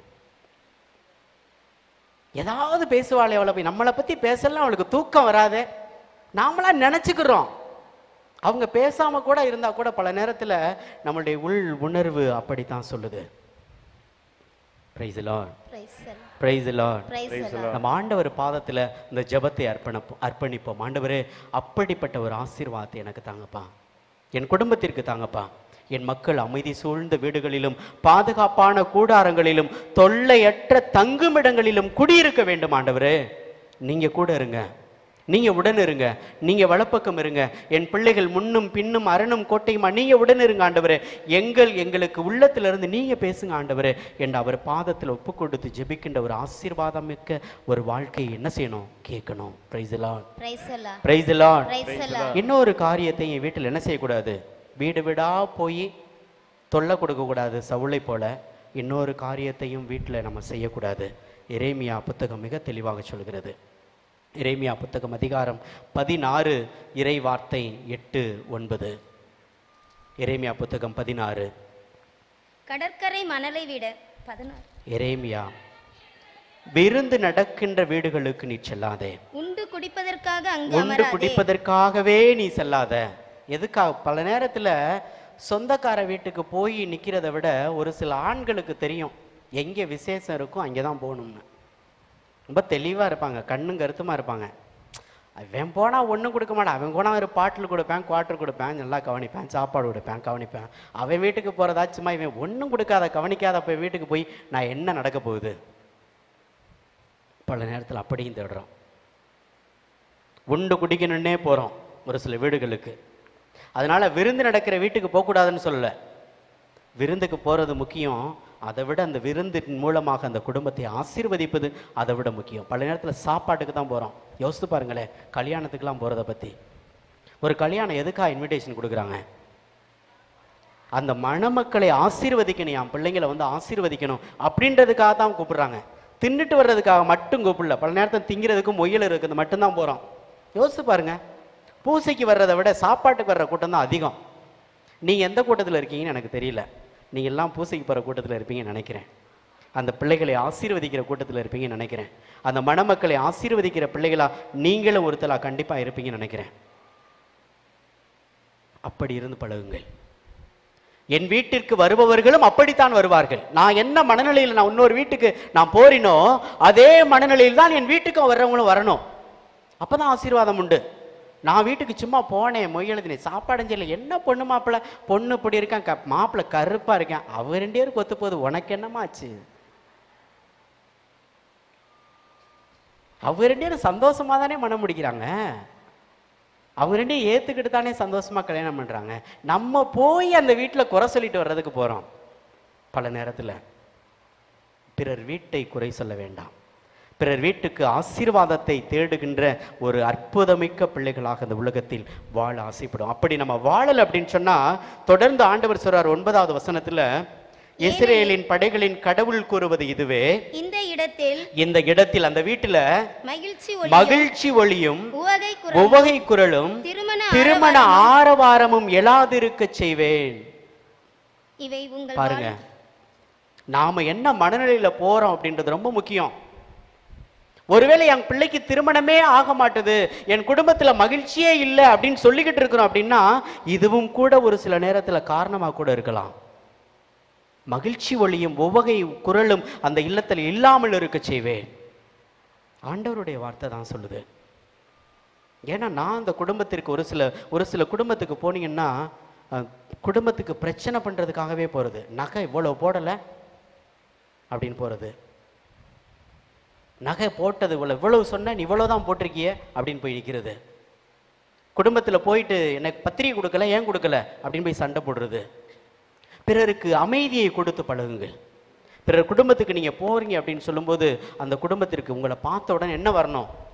ஒரு திருப்தி, ஒரு சந்தோஷம். வாயா ராசா, நீ வாயா, உட்காரியா, எப்போ ஏன் லேட்டாக வந்த, முன்னாலே வந்திருக்கலாம்ல அப்படின்னு சொல்கிற அளவுக்கு நம்மளை பார்த்து அந்த முகம் புன்முறுவல் இருக்கணும், மகிழ்ச்சி இருக்கணும். நம்மளை பிறர் பார்க்கும்போது வர்றேன் பாரு, ஐயோ கடவுளே எப்போ வந்துட்டு எப்போ வீட்டை விட்டு போவேன்னு தெரில அப்படின்னு நம்மளை பார்த்து நினைக்கக்கூடாது. நம்மளை பார்த்து அப்படி உணர்வை பிறருக்கு கொடுக்கக்கூடாது, கண்டிப்பாக கொடுக்கக்கூடாது. பிறர் நம்மை பார்த்து மகிழ்ச்சி அடைகின்ற விதத்தில் நமது வாழ்க்கை ஒவ்வொரு நாளும் பயணிக்க வேண்டும் என்பதில் எந்த மாற்றமும் இல்லை. Praise the Lord, praise the Lord, hallelujah, hallelujah. உண்டு குடிக்கிறது அப்படின்றது ஏதோ அடுத்த வீட்டில் மட்டும் இல்லை, உங்க வீட்டில் என்ன செய்யக்கூடாது? ஒரு சிலர் வீட்டிலே வச்சு பாட்டில் ஓப்பன் பண்ணி மருமக இருப்பாங்க, அம்மா இருப்பாங்க, அம்மா மீன் பொரிச்சு கொடுப்பாங்க, கொண்டு போய் அப்பாட்ட கொடு. ஒரு சில வீடுகளில் நடக்குது, இல்லைன்னா சொல்ல முடியாது. என் வீட்டுக்காரர் வெளியில் அடித்து எங்கிட்டாவது வர்றதை விட வீட்டில் அடித்து நிம்மதியாக இருக்கட்டும் ஃபாதர், வீட்டுக்காரம்மா சப்போர்ட் பண்ணுறது நடக்குது, இல்லைன்னா இல்லை சொல்ல முடியாது. இவங்களே பொறிச்சு கொடுக்குறது, அந்த சனினை எங்கேயாவது அடிச்சு தொலை, அதுக்காக அடிக்கணும்ன்றதுக்கு சப்போர்ட் பண்ணல, நான் செய்யக்கூடாது. ஆனால் வீட்டில் செய்யாத, அதை விட கேவலம் வேறு எதுவும் இல்லை. என் குடும்பத்திற்கு அமைதி இழந்து போகும். Praise the Lord. Praise the Lord. Hallelujah. என் குடும்பத்தில் செய்ய வேண்டிய காரியம், என் வீட்டில் செய்ய வேண்டிய காரியத்தை என் இல்லத்தில் நான் செய்யணும். தேவையில்லாத, கடவுள் விரும்பாத, கடவுளுக்கு பிடிக்காத காரியத்தை என் இல்லத்தில் நான் என்ன செய்யக்கூடாது? செய்யக்கூடாது, செய்ய அனுமதிக்கவும் கூடாது, செய்ய அனுமதிக்கவும் கூடாது. என் வீட்டில் அப்படிப்பட்ட காரியங்கள் நடக்கக்கூடாது அப்படின்னு ரொம்ப தீர்க்கமான முடிவில் இருக்கணும். போயா வெளியில சொல்லணும், தைரியமா சொல்லணும். ஆண்டவர்கிட்ட தான் கெஞ்சினாரு, எங்கே ஃபாதர் சொல்றது அப்படின்றது மாதிரி இந்த அம்மா பார்க்குறா, என்னைய சொன்னா அரைஞ்சு வருவானே அந்த மனுஷன். Praise the Lord. Praise the Lord. அப்ப நம்ம வீட்டில் செய்யக்கூடிய காரியங்கள் எது என்பதை முன்னிலைப்படுத்த வேண்டும். எது தேவை அப்படின்றத முன்னிலைப்படுத்தணும். இதுதான் என் குடும்பத்திற்கு தேவை, இது தேவையில்லை, என் குடும்பம் ஆசீர்வாதம் இழந்து போயிடும், வேண்டாம், என் குடும்பம் நிம்மதியாக இருக்க, நான் நிம்மதியாக இருக்கணியா, பிள்ளைங்க நிம்மதியாக இருக்கணியா, அதை நினச்சி பாரியா அப்படின்னு சொல்லி மாற்றுகின்ற ஒரு உணர்வு வேணும். ஆண்டவர் இயேசுகிட்ட பேதுரு வந்து சொல்லுவார், ஆண்டவரே நீ எருசலேம் போகாதீங்க ஆண்டவரே, அங்கெல்லாம் போகக்கூடாது ஆண்டவரே, உங்களுக்கு பிரச்சனை ஆண்டவரே அப்படின்னு சொல்லும்போது என்ன சொன்னார்? போ சாத்தானே அப்படின்னாரு. சொல்லுங்க சாத்தானேன்னு சொல்லுங்க. நீங்களும் செய்யக்கூடாத காரியத்தை, சொல்லக்கூடாத காரியத்தை என் வீட்டில் நடக்கின்ற ஒரு சில சூழ்நிலைகள் வரும்போது துணிஞ்சு என்ன சொல்லணும்? போ சனியனே, போ வெளியில போ சொல்லணும். சொல்றதுக்கு தைரியம் வேணும். இது வீட்டில் நடக்கக்கூடாது, என் வீடு ஆசீர்வாதம் இழந்து போயிடும், என் கர்த்தரால் கட்டப்பட்ட வீடு, என் ஆண்டவரால் அபிஷேகம் செய்யப்பட்ட வீடு, என் ஆண்டவரால் அபிஷேகம் நிறைந்து எப்போதும் பிரசன்னமாக இருக்கிற வீடு, இந்த வீடு கடவுள் மட்டுமே நிலை கொள்ளுகின்ற, குடிகொள்ளுகின்ற ஒரு இல்லமாக எப்பயுமே இருக்கணும் அப்படின்னு சொல்லி வாழ்கின்ற ஒரு இல்லமாக இருக்கணும். கடவுள் சொல்றார் இல்லையா, மத்தேயு நற்செய்தி அதிகாரம் 21 இறைவார்த்தை 13, என் இல்லம் இறைவேண்டலின் வீடு, அதை கள்வர் குகையாக்கி விடாதீர்கள். Price the Lord. அது கோவில் மட்டும் இல்லை, அது எதுவா இருக்கணும்? நான் வாழ்ற இல்லமாய் கூட இருக்க வேண்டும். அவர் கடவுள், உங்க வீட்டில் கடவுள் இருக்கிறாரா இல்லையா? அப்ப அந்த வீட்டையும் கள்வர் குகையா மாத்திரக்கூடாதுல்ல? மாத்திரக்கூடாதா இல்லையா? கோவிலை மட்டும்தான் மாத்தினதுக்கு ஆண்டவர் சாட்டை எடுத்தாரா? அப்ப நம்ம வீட்டை எடுத்தாலும் யாரு சாட்டை எடுப்பா? நமக்கு தான் சாட்டையடி உண்டு. நம்ம வீட்டில் செய்யற தீமையான காரியங்களுக்கு நமக்கு தான் சாட்டையடி உண்டு. அது கள்வர் குகையாக மாற்றிவிடக் கூடாது என்பதில் ஆண்டவர் மிக உறுதியாக இருக்கிறார். Praise the Lord, praise the Lord, hallelujah, hallelujah. எசாயா திருமடலில் மிக தெளிவாக இன்னும் அற்புதமான ஒரு வார்த்தை உண்டு, வீட்டில் எது செய்யணும் எது செய்யக்கூடாது அப்படின்ட்டு. எசாயா புத்தகத்தில் அதிகாரம் 5 இறை வார்த்தை 8, 9 பார்க்க முடியும். எசாயா புத்தகம் அதிகாரம் 5, 8, 9. வீடோடு வீடு சேர்ப்பவர்களே, வீட்டோடு வீடு சேர்ப்பவர்களே, வயலோடு வயல் இணைத்துக் கொள்பவர்களே, வயலோடு வயல் இணைத்துக் கொள்கிறவர்களே, உங்களுக்கு ஐயோ கேடு, உங்களுக்கு ஐயோ கேடு. இந்த வார்த்தையை எப்பயாவது வாசிருக்கீங்களா? வாசிருக்கீங்களா? இந்த வார்த்தையை வாசிக்கலாம். 5, 8 வாசிருக்கீங்களா இல்லையா? வீட்டோடு வீடு சேர்க்கிறவர்களே, வயலோடு வயல் சேர்க்கிற, வீட்டோடு வீடு சேர்க்கிறவள்னா அர்த்தம் என்ன? வீடு வீடு அடுத்தவங்க வீட்டெல்லாம் சேர்த்து எப்பத்தெல்லாம் பிடிச்சிக்கிறது. என்னம்மா? வீடை கட்டிக்கிட்டே போறவங்களா? இல்ல இல்லத்தா, அடுத்தவன் இடத்த ஆட்டையை போடுறது இல்லையா? சின்ன பசங்க லாங்குவேஜ்ல சொல்லணும், ஆட்டையை போடுறது. ஒரு அடி நிலத்துக்காக சண்டை போடுறது. அதுல என்னத்தை நீ பெருசா கட்டிக்கிட்டு வாழ போற? எனக்கு தெரியல. அதுக்காக கொலை செய்தவர்கள் கூட உண்டு, கோர்ட்டும் கேஸ்லையும் அலைஞ்சுக்கிட்டு தர்றவங்க உண்டு. ஒரு அடி நிலத்துக்கு சண்டை போட்டுக்கிட்டு நாரிக்கிட்டு தெருவில் நிற்கிறவங்க உண்டு. ஒரு அம்மா பைக்கை போய் அவங்க வீட்டு வாசலில் நிறுத்தினாங்க. வேற ஒன்றும் இல்லை, இன்னொரு 2 பைக்கு முன்னால் நிற்கிது. கொஞ்சம் வெளியில் நிப்பாட்டினா ரோட்டில் வந்து போக முடியாது, அதனால அந்த வீட்டுக்கு முன்னால் நின்றுச்சு, அவ்வளோதான். வேற ஒன்றும் தவறான காரியங்கள் செய்யலாம். இந்த பைக்கை எடு அப்படின்னா அந்த அம்மா எடுத்திருப்பாங்க, கண்டிப்பாக எடுத்திருப்பாங்க, இல்லைன்னு இல்லை. எவடி என் வீட்டுக்கு முன்னால் வந்து பைக்கை நிறுத்தினது? கேட்குற கேள்வி. பக்கத்து வீட்டுக்காரம்மா பைக்குன்னு நல்லா தெரியும், இவங்க பேச மாட்டாங்களாம், அதனால சத்தமாக பேசுகிறாங்களாம். எவடி என் வீட்டுக்கு முன்னால் பைக்கை நிறுத்தினது? நிறுத்தி எடுத்துட்டு போறீங்களா இல்லையா? வெக்கம் இல்லாமல் என் வீட்டுக்கு முன்னால் நிறுத்தியிருக்கா? எங்கேயாவது ஒண்டி போடுறீ, சத்திரத்தில் ஒண்டி போடு. பேசுகிற பேச்சு.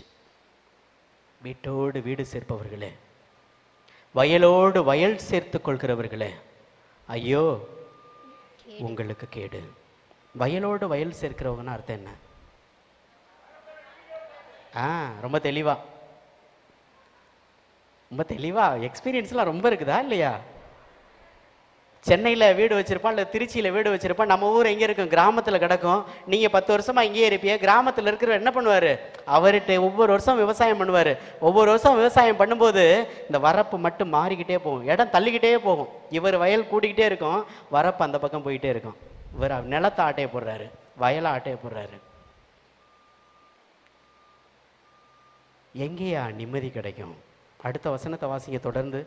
பிறருக்கு இடமில்லாது, பிறருக்கு இடமில்லாது நீங்கள் மட்டும் தனித்து நாட்டில் வாழ்வீர்களோ? நீங்கள் மட்டும் எப்படி தனித்து நாட்டில் மகிழ்ச்சியோடு வாழ முடியும்? ஆண்டவர் கேட்கிறாரு. Price the Lord, praise the Lord. அடுத்தவனுக்கு வீடு இல்லாம அபகரிச்சுட்டு வாழணும்னு நினைக்கிறியே, அல்லது அடுத்தவங்க சும்மா நிப்பாட்டிட்டு இருக்கிறது கூட நீ சண்டை போடுறியே, உன்னால எப்படி மகிழ்ச்சியா இருக்க முடியும்?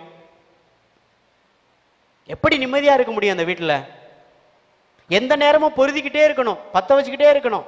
அப்ப எப்படி நிம்மதி கிடைக்கும்? அடுத்தவங்களை பத்தி குறை சொல்லிக்கிட்டே இருக்கணும், அவங்களுக்கு வந்து நிம்மதி கொடுத்துக்கிட்டு நிம்மதி இல்லாம அப்படியே அவங்கள தூண்டிக்கிட்டே இருக்கணும். எப்படி என் குடும்பத்திற்கு நிம்மதி கிடைக்கும்? என் வீட்டுக்கு நிம்மதி வேண்டாம் ஆண்டவரே. சாமியார்ட்ட வந்து கேட்குறது, சாமி என் குடும்பத்துக்காக வேண்டிக்கிறேங்க சாமி, நிம்மதியே இல்லாமல் இருக்குது. என் மருமகளால் நிம்மதி இல்லை, எனக்கா என்னால் நிம்மதி இல்லை, என் வீட்டுக்காரருக்கு நிம்மதி இல்லை, சோம் இல்லை, அது இல்லை, இதெல்லாம் சொல்கிறோம். ஆனால் நிம்மதியை விரும்புகிற பிள்ளையா நான் மட்டும்தான் இல்லை.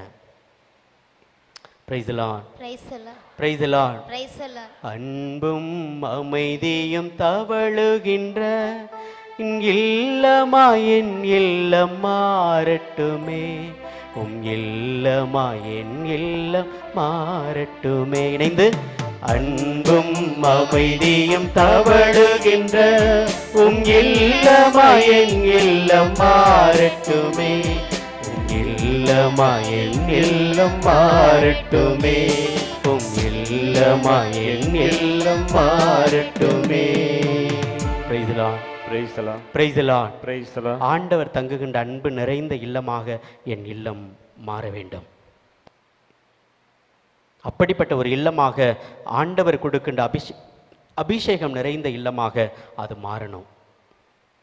என் வீட்டில் எந்த தவறும் நான் செய்யக்கூடாது, என்ன செய்யக்கூடாது, அனுமதிக்கவும் கூடாது. அப்போதான் என் இல்லத்திற்கு நிறைந்த ஆசீர்வாதம், நிறைந்த வல்லமை, அற்புதமான காரியங்கள் என் இல்லத்திற்கு வந்து சேரும் என்பதில் மனம் நிறைந்த ஒரு நம்பிக்கை வேண்டும், ஆசீர்வாதம் வேண்டும். நீதிமொழிகள் புத்தகத்தில் வேறு ஒரு காரியத்தை பற்றி சொல்லப்பட்டிருக்கும். நீதிமொழிகள் அதிகாரம் 7 இறைவார்த்தை 27 சொல்லப்பட்டிருக்கும். அதே நீதிமொழிகள் 2:18 சொல்லப்பட்டிருக்கும். நீதிமொழிகள் 7:27 வாசிப்போம். நீதிமொழிகள் 7:27. அவளது வீடு பாதாளத்திற்கு செல்லுகின்ற வழி, சாவுக்கு இட்டு செல்லுகின்ற பாதை அப்படின்னு சொல்லப்பட்டிருக்கு. அதே நீதிமொழிகள் 2:18 எடுங்க. 2:18. அவளது வீடு சாவுக்கு வழிகாட்டி கொண்டிருக்கிறது. அவளின் வழிகள் இறந்தோர் இடத்தில் கூட்டி சென்று கொண்டிருக்கின்றது. Price the Lord, praise the Lord. யாருடைய வீடா இருக்கும்? ரொம்ப மகிழ்ச்சியா, சந்தோஷமா, நிறைவா, எல்லாரையும் அன்பு செய்கிற ஒருத்தருடைய வீடாவா இருக்கும்? தீய வழியில், தவறான பாதையில், தவறான உறவுகளை வைத்து என் கணவனுக்கு துரோகம் செய்கின்ற, மனைவிக்கு துரோகம் செய்கின்ற ஒரு கணவனாலோ ஒரு மனைவியாலோ ஏற்படுகின்ற ஒரு காரியம். அது என் இல்லத்தில் வைத்து அந்த தவறான உறவுக்கும் தவறான வாழ்க்கைக்கும் என் இல்லத்தை நான் பயன்படுத்துறேன் அப்படின்னு சொன்னா என் இல்லத்திற்கு சாபம் வரும். என் இல்லம் கடவுள் தங்குகின்ற இல்லமாக இருக்கணும். என் இல்லம் கடவுள் ஆசீர்வதிக்கப்பட்ட இல்லமாக இருக்கணும். என் கணவர் வீட்டில் இல்லை, என் மனைவி இன்னைக்கு வீட்டில் இல்லை, என் பிள்ளைகள் இன்னைக்கு வீட்டில் இல்லை, யாரை வேணாலும் என் வீட்டுக்கு கூப்பிடலாம், எப்படி வேணாலும் இருக்கலாம், இல்லை. என் உங்கள் ஏதோ இச்சை நிறைந்த வாழ்க்கைக்கும் ஆசைக்கும் இன்பத்திற்கும் முக்கியத்துவம் கொடுப்பதை விட என் இல்லம், என் பிள்ளைகள், என் சந்ததிகள் இந்த இல்லத்தில் ஆண்டாண்டு காலம் மகிழ்ச்சியோடு, நிறைவோடு, மன நிறைவோடு, சந்தோஷத்தோடு வாழணும் அப்படின்னு ஆசையை பெற்றுக்கொள்ளுங்கள். அப்படிப்பட்ட காரியத்தை நாம் செய்கிறோம், அந்த இல்லத்தில் செய்கிறோம் என்றால் என் இல்லம் ஆசீர்வாதத்தை இழந்து போய்விடும் என்பதில் எந்த மாற்றமும் இல்லை. Praise the Lord, praise the Lord, hallelujah, hallelujah. அப்படிப்பட்ட காரியங்களையும் கூட நாம் கண்டிப்பாக நமது இல்லத்தில் ஒருபோதும் செய்யக்கூடாது, செய்ய அனுமதிக்க கூடாது. செய்கின்ற காரியங்கள் இருந்தால் அதை தவிர்த்து விடுங்கள். என் இல்லம் அப்படிப்பட்ட ஒரு இல்லமாக இருக்கக்கூடாது. ஏதோ ஒரு லாட்ஜ் மாதிரி ஆயிடக்கூடாது என் இல்லம், ஏதோ ஒரு சத்திர மாதிரி என் இல்லம் போயிடக்கூடாது. என் இல்லம் கடவுள் தங்குகின்ற ஒரு உறைவிடமாக, கடவுள் உண்மையாகவே பிரசன்னத்திருக்கின்ற ஒரு மிகப்பெரிய ஆசீர்வாதம் மிக்க இல்லமாக என் இல்லம் எப்போதும் நிறைந்து ஆசீர்வாதம் மிக்கதாக எப்போதும் இருக்க வேண்டும். Praise the Lord, praise the Lord, hallelujah, hallelujah. சீராக்கின் ஞான புத்தகம் சொல்லும், சீராக்கின் ஞான புத்தகம் 21 இறைவார்த்தை 4 சொல்கிறது, திகிலும் இருமாப்பும் செல்வங்களை பாழாக்குகின்றது, செருக்குற்றோரின் வீடு எப்போதும் பாழாய் போய்விடும். செருக்குற்றோரின் வீடு அப்படின்றது வந்து நாம எல்லாம் நாங்கள் தான் ஃபாதர், எல்லாம் நாங்கள் தான், இந்த கோயில் கட்டுனதெல்லாம் நாங்கள் தான் கட்டி கொடுத்தோம், நாங்கள் தான், என் வீட்டுக்காரர் தான் 10 லட்சம் கொடுத்தாரு, நாங்கள் தான், அந்த மாதாவுக்கு பாருங்கள் அந்த கிரீடம் வச்சதெல்லாம் நாங்கள் தான் ஃபாதர், எல்லாம் நாங்கள் தான் வாங்கி கொடுத்தோம் அப்படின்னு சொல்லி பெருமையாக செருக்கோட தெரிகிறதுக்கு இல்லை. கடவுள் நம்மளை கொடுத்துருக்கிறாரு, ஆசீர்வதிச்சிருக்கிறாரு. ஒரு கை செய்கிறத இன்னொரு கை சரி தெரியாமல் அது கடவுள் கொடுத்தது, கடவுளுக்காக கொடுத்துருக்கேன்ப்பா, அதை என்னை பெருமைப்படுத்துறதுக்கு இல்லை, என்னை வந்து உயர்த்தி சொல்கிறதுக்கு இல்லை, என்னை பெரியவனாக காட்டிக்கிறதுக்கு இல்லை.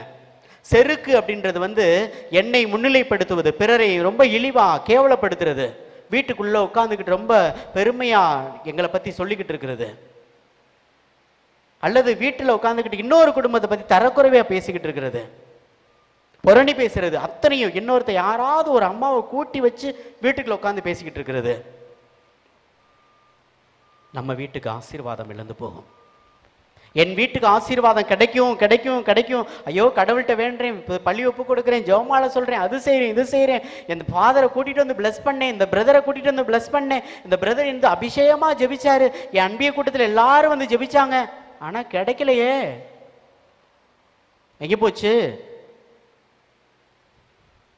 அமைதியை விரும்புகிற பிள்ளைங்க இல்லை. அதான் ஸ்டார்டிங்ல சொன்னேன், அமைதியை விரும்புகிற பிள்ளை அந்த இல்லத்துல இல்லாததுனால அமைதி இல்லாமலே இருந்து கொண்டு இருக்குது. ஏதோ ஒரு விதத்தில் உங்க குடும்பத்தில் இருக்கிற யாரோ ஒருத்தர் அந்த குடும்பத்தில் அந்த அமைதியை கெடுத்து கொண்டே இருக்கிறார்கள். உங்க குடும்பத்தில் உள்ளவங்க தான் அடுத்த குடும்பத்தில் இல்லை. பேசிக்கல் நினைச்சுக்குங்க. ஏதோ இந்த பக்கத்து வீட்டு குடும்பத்துக்காரி தான் ஃபாதர் என்னை வந்து பிரச்சனை பண்ணி, நீ அன்பாவே ஆரம்பத்துல இருந்து உங்களுக்கு நல்லது சீராவே இருந்திருந்தீங்கன்னா ஏன் அந்த பக்கத்து குடும்பம் உனக்கு துரோகம் பண்ண போகுது? Praise the Lord. Praise the Lord. Hallelujah. Hallelujah. என் அண்ணன் தம்பி குடும்பத்தால தான் ஃபாதர் நான் இப்படி ஆகி போயிட்டேன். ஏன் ஆகி போனேன் கேட்குறேன். நான் அண்ணன் தம்பி குடும்பத்துக்கு என்னால் முடிஞ்ச நன்மதிகளை செஞ்சுக்கிட்டே இருங்களேன். காசு பணத்துக்காக பழகிற குடும்பத்துக்காக இல்லை, அன்புக்காக, சகோதரத்துவத்துக்காக, உண்மையான நட்புக்காக, அன்புக்காக ஏங்குகிற அன்பு பிள்ளைகளா இந்த உலகத்தில் வாழ்ந்து பாருங்களேன். அண்ணன் தம்பியை கூட தேடி வருவாங்க. வேற எதுவும் நீ தர வேணாண்டா, அந்த காசு பணம் சொத்து கித்து எதுவுமே வேணாண்டா, நீ தாண்டா எனக்கு வேணும், தம்பிடா நீ வேணும்டா, அண்ணன்டா நீ வேணும்டா, என் தங்கச்சி நீ வேணுமா, நீ என் குடும்பத்தோட இருக்கணுமா அப்படின்னு சொல்லி ஒரு உறவு நிறைந்த ஒரு பாதையில் வாழ வேண்டும் என்று ஆசித்து பாருங்களே. கடவுள் கொடுக்கின்ற அன்பும் அமைதியும் நம் குடும்பத்துக்கு நிறைவா தங்கும். Praise the Lord, praise the Lord, hallelujah, hallelujah. அப்படிப்பட்ட ஒரு பிள்ளைகளாக இந்த உலகத்துல பாருங்க, இருமாப்பு உள்ள பிள்ளைகள் அந்த வீடு என்னாகுமா? பாழாய் போகும். அப்படிப்பட்ட ஒரு விதமா நம்ம வாழணும் அப்படின்னு தேவையில்லை. கடவுள் விரும்புகிற பிள்ளைகளாக, ஆசீர்வதிக்கின்ற பிள்ளைகளாக, அப்படிப்பட்ட ஒரு பிள்ளைகளாக இந்த வீட்டில் வாழ்ந்து பாருங்கள். கடவுள் கண்டிப்பாக உங்களை உயர்ந்த இடத்தில் இரட்டிப்பான ஆசீர்வாதத்தை நினைப்பதற்கு மேலாக கடவுள் உங்களை உயர்த்த காத்திருக்கிறார். Praise the Lord, praise the Lord, hallelujah, hallelujah, hallelujah. சீராக்கின் ஞான புத்தகம் அதிகாரம் 23 இறை வார்த்தை 11 இவ்வாறு சொல்கிறது. சீராக்கின் ஞான புத்தகம் அதிகாரம் 23:11. அடிக்கடி ஆணையிடுபவர்கள், அடிக்கடி ஆணையிடுபவர்கள், தீ நெறியில் ஊறி போனவர்கள். சும்மா இல்ல, அப்படியே உள்ளத்துல கரப்ட் ஆகி தீ நெறியில ஊறி போய் சிந்திக்கிறது, பேசுறது, எண்ணுறது, பார்க்கறது அத்தனையும் அப்படியே தீமையாவே பார்த்து பழகி ஊறி போனவங்க. ரொம்ப தெளிவா சொல்ற வார்த்தையை பாருங்க. ஊறியவர்கள் இறை தண்டனை அவர்களது வீட்டை விட்டு ஒருபோதும் அகலாது. வீட்டை குறித்து தான் இன்னைக்கு சிந்திக்கிறோம், வேற எதை குறித்து சிந்திக்கல. இறை தண்டனை வீட்டை விட்டு அகலாது. யோசித்து பாருங்க, கடவுள் தங்குகின்ற ஒரு இல்லமாக என் இல்லத்தை, ஒரு சில வீட்டுக்கு போனா அப்படியே ஒரு பக்தி நிறைந்த ஒரு பிரசன்னத்தை பார்க்க முடியும். ஒரு சில வீட்டுக்கு உண்மையாவே போனா அப்படி பார்க்கின்ற உள்ள நுழைஞ்ச உடனே ஒரு பெரிய இறைவசனம் எழுதி வச்சிருப்பாங்க. அப்படி பார்க்கும்போதே ஒரு பிரசன்னம் தாங்கிய ஒரு இல்லமா, ஆசீர்வாதம் மிக்க ஒரு இல்லமா பார்க்க முடியும். ஒரு சில வீட்டுக்குள்ள போனாலே அப்படி அங்கே கிடக்கும், இங்கே கிடக்கும், ட்ரெஸ்ஸை கழட்டி அங்கே போட்டிருக்கோம், அதை கழட்டி அங்கே போட்டிருக்கோம், ஒரு அப்படியே ஒரு எரிச்சலோட உள்ள போறது மாதிரி ஒரு உணர்வே வராது. அதாக்க ஷோ பண்ணி வைக்கணும்னு சொல்ல, ஏதோ ஷோ பண்ணி அப்படியே அப்படி இப்படின்னு பக்கட்டா வச்சிருக்கணும் இல்லை. சின்னதா இருந்தாலும் கடவுளுடைய பிரசன்னத்தை தாங்குகிற இல்லமா இருக்கணும். நான் 25,000 ரூபாய்க்கு டிவி வாங்கினேன், நான் 50,000 ரூபாய்க்கு கர்வ் டிவி வாங்கி வச்சேன் இல்லை. ஷோகேஸ் வாங்கி அப்படியே பளபளன்னு வச்சிருக்கேன், இங்கே வந்து பூ வச்சிருக்கேன், இங்கே பொம்மை வச்சிருக்கேன், அது வச்சிருக்கேன், இது வச்சிருக்கேன் இல்லை. கடவுளுடைய பிரசன்னத்தை என் இல்லத்தில் வச்சிருக்கேனா? கடவுள் தங்குகின்றது இல்லமா அந்த இடத்துல நான் வந்து இல்லத்தில் வாழ்ந்து கொண்டிருக்கிறேனா? Praise the Lord, praise the Lord. அடிக்கடி ஆணையிடுபவர்கள், இல்லத்துல உட்கார்ந்துக்கிட்டு சத்தியமா நான் செய்யலைங்க, வீட்டுக்காட்ட சத்தியம் பண்றது, செஞ்சது தப்புன்னு நல்லாவே தெரியும் ஆனா சத்தியமா செய்யலை அப்படின்னு சொல்றது, வீட்டுக்குள்ள உட்காந்துக்கிட்டே எத்தனை காரியங்களையும் பேசுறது, சத்தியமா செய்யல. தீ நெறியில் ஊறியவர்கள் அவர்கள் வீட்டை விட்டு ஒருபோதும் இறை தண்டனை அகலாது என்று சொல்லப்படுகிறது. இறுதியாக சொல்லுது, அவரது வீடு பேரிடரால் நிரப்பப்படும். பேரிடரால் நிரப்பப்படும். வீட்டுக்கு ஆசீர்வாதம் வேண்டும் ஒவ்வொரு நாளும் தாகத்தோடு ஜெபிங்க. அதான் எசாயா மிக அருமையாக, மக்கள் அமைதி சூழ்ந்த வீடுகளிலும் பாதுகாப்பான கூடாரங்களிலும் தொல்லையற்ற தங்கும் இடங்களிலும் ஆண்டவரே என் பிள்ளைகள் குடியிருப்பார்களாக. ஒவ்வொரு நாளும் ஜெபிக்கணும். ஒவ்வொரு நாளும் இந்த வார்த்தைகளை சொல்லி மன நிறைவோடு ஜெபிக்கணும். மன நிறைவோடு அந்த வார்த்தைகளை சொல்லி துதிக்கணும். ஆண்டவரே என் இல்லம் அப்படிப்பட்ட ஒரு இல்லமா நீங்க மாத்துங்க ஆண்டவரே, உங்களால் மட்டுமே முடியும் என்று ஆண்டவருடைய திரு பாதத்தில் அமர்ந்து ஜெபிக்கின்ற பிள்ளைகளாக அதை செய்து காட்ட வேண்டும். நீதிமொழிகள் புத்தகம் அதிகாரம் 17 இறை வார்த்தை 13 சொல்லுகிறது. நீதிமொழிகள் 17:13. நன்மை செய்பவருக்கு எவர் தீமை செய்கிறாரோ, எவர் தீமையை செய்து கொண்டிருக்கிறாரோ அவர் வீட்டை விட்டு தீமை அகலாது. ரொம்ப தெளிவா இறை வார்த்தை சொல்லுது. நன்மை செய்பவருக்கு எவர் தீமை செய்கிறார்களோ அவர்கள் வீட்டை விட்டு எது போகாதான்? தீமை அவர்களுடைய வீட்டை விட்டு அகலாது. Price the Lord. ஒரு சிலர் ரொம்ப நன்மை, கணவர் ரொம்ப நன்மை செய்வாரு, மனைவியை ரொம்ப சந்தோஷமா வச்சிருப்பாரு, தேவையெல்லாம் வாங்கி கொடுப்பாரு, எல்லாமே கொடுப்பாரு. ஆனா இந்த அம்மா அவர் மேல பாசம் இருக்காது, வேற எங்கேயாவது பாசம் இருக்கும்.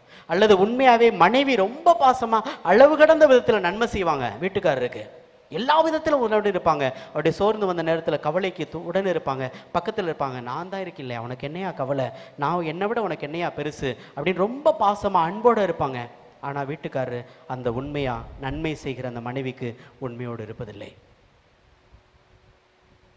என் சகோதர குடும்பங்கள் உண்மையாவே பாசமா இருப்பாங்க. அவர்களால் தான் ஒருவேளை நம்மளாம் வளர்க்கப்பட்டிருப்போம். அவங்க தான் நம்மளை தூக்கி வளர்த்திருப்பாங்க, அவங்க தான் நம்மளை உயர்த்தி விட்டுருப்பாங்க. நாம ஒரு நிலைக்கு நல்லா வந்த பிறகு அவங்களுக்கே துரோகம் என்ற ஒரு மனநிலை கூட நமக்குள்ள உருவாகுது, தீய எண்ணங்கள் உருவாகுது. ஏன்?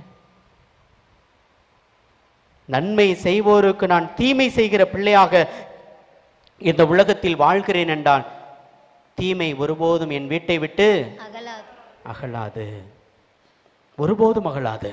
அது என் வீட்டை விட்டு போகாது. நான் நன்மை செய்கிற பிள்ளையா இருக்கணும், தொடர்ந்து இருக்கணும். நன்மை செய்கிறவர்களுக்கு நன்மை செய்து கொண்டே இருக்கணும். அவர்களுக்கு நான் துரோகம் செய்வதும், அவர்களுக்கு இகழ்ச்சி பேசுவதும், இகழ்ச்சியாக பேசுவதும், அசிங்கப்படுத்துவதும், அவமானப்படுத்துவதும், இப்படிப்பட்ட காரியத்தை நான் செய்கிறேன் அப்படின்னு சொன்னா என் வீட்டிற்கு தீமை வந்து சேரும் என்பதில் எந்த மாற்றமும் இல்லை. Praise the Lord, praise the Lord, hallelujah, hallelujah. அப்ப கடவுளுடைய பிரசன்னத்தை ஆண்டவரிடத்தில் கேட்போம். ஆண்டவரே, உங்க பிரசன்னம் தான் எனக்கு வேணும். உங்களுடைய பிரசன்னத்தில் நான் ஒவ்வொரு நாளும் வாழ வேண்டும். ஒவ்வொரு நாளும் இந்த உலகத்தில் வாழணும். இப்படிலாம் இருக்கக்கூடாதுன்னு கடவுள் என் வீட்டிற்கு சொல்லியிருக்காரு அப்படின்னா இருக்கணும் அப்படின்னு சொல்லியிருப்பார்ல. இந்த வீட்டில் இப்படித்தான் இருக்கணும்னு சொல்லியிருப்பாரா, சொல்லியிருக்க மாட்டாரா? சொல்லியிருப்பாரா, இருக்க மாட்டாரா? அவர் சொல்றபடி வாழணுமா வாழக்கூடாதா? அவர் என்ன சொல்லியிருக்காருன்னு பார்ப்போம். திருத்தூதர் பணிகள் மிக அருமையாக சொல்லும். திருத்தூதர் பணிகள் அதிகாரம் 2 இறை வார்த்தை 2 சொல்கிறது. திருத்தூதர் பணிகள் அதிகாரம், திடீரென்று கொடுங்காற்று வீசியது, ஒரு இரைச்சல் வானத்திலிருந்து உண்டாகி அவர்கள் அமர்ந்திருந்த அந்த வீடு முழுவதும் அது பரவியது. Praise the Lord, praise the Lord, hallelujah. என்ன பரவுச்சு? என்ன பரவுச்சு? தூய ஆவி பரவுச்சு. எங்க பரவுச்சு? வீடு முழுவதும். அந்த வீடு முழுசும் பார்க்கணும், எங்க பரவுச்சுன்னு பார்க்கணும். வீடு முழுவதும் என்ன பரவுச்சு? தூய ஆவியினுடைய பிரசன்னம். எப்ப பரவுச்சு? பெந்தகோஸ்தே நாள்ல சும்மா பரவுச்சா?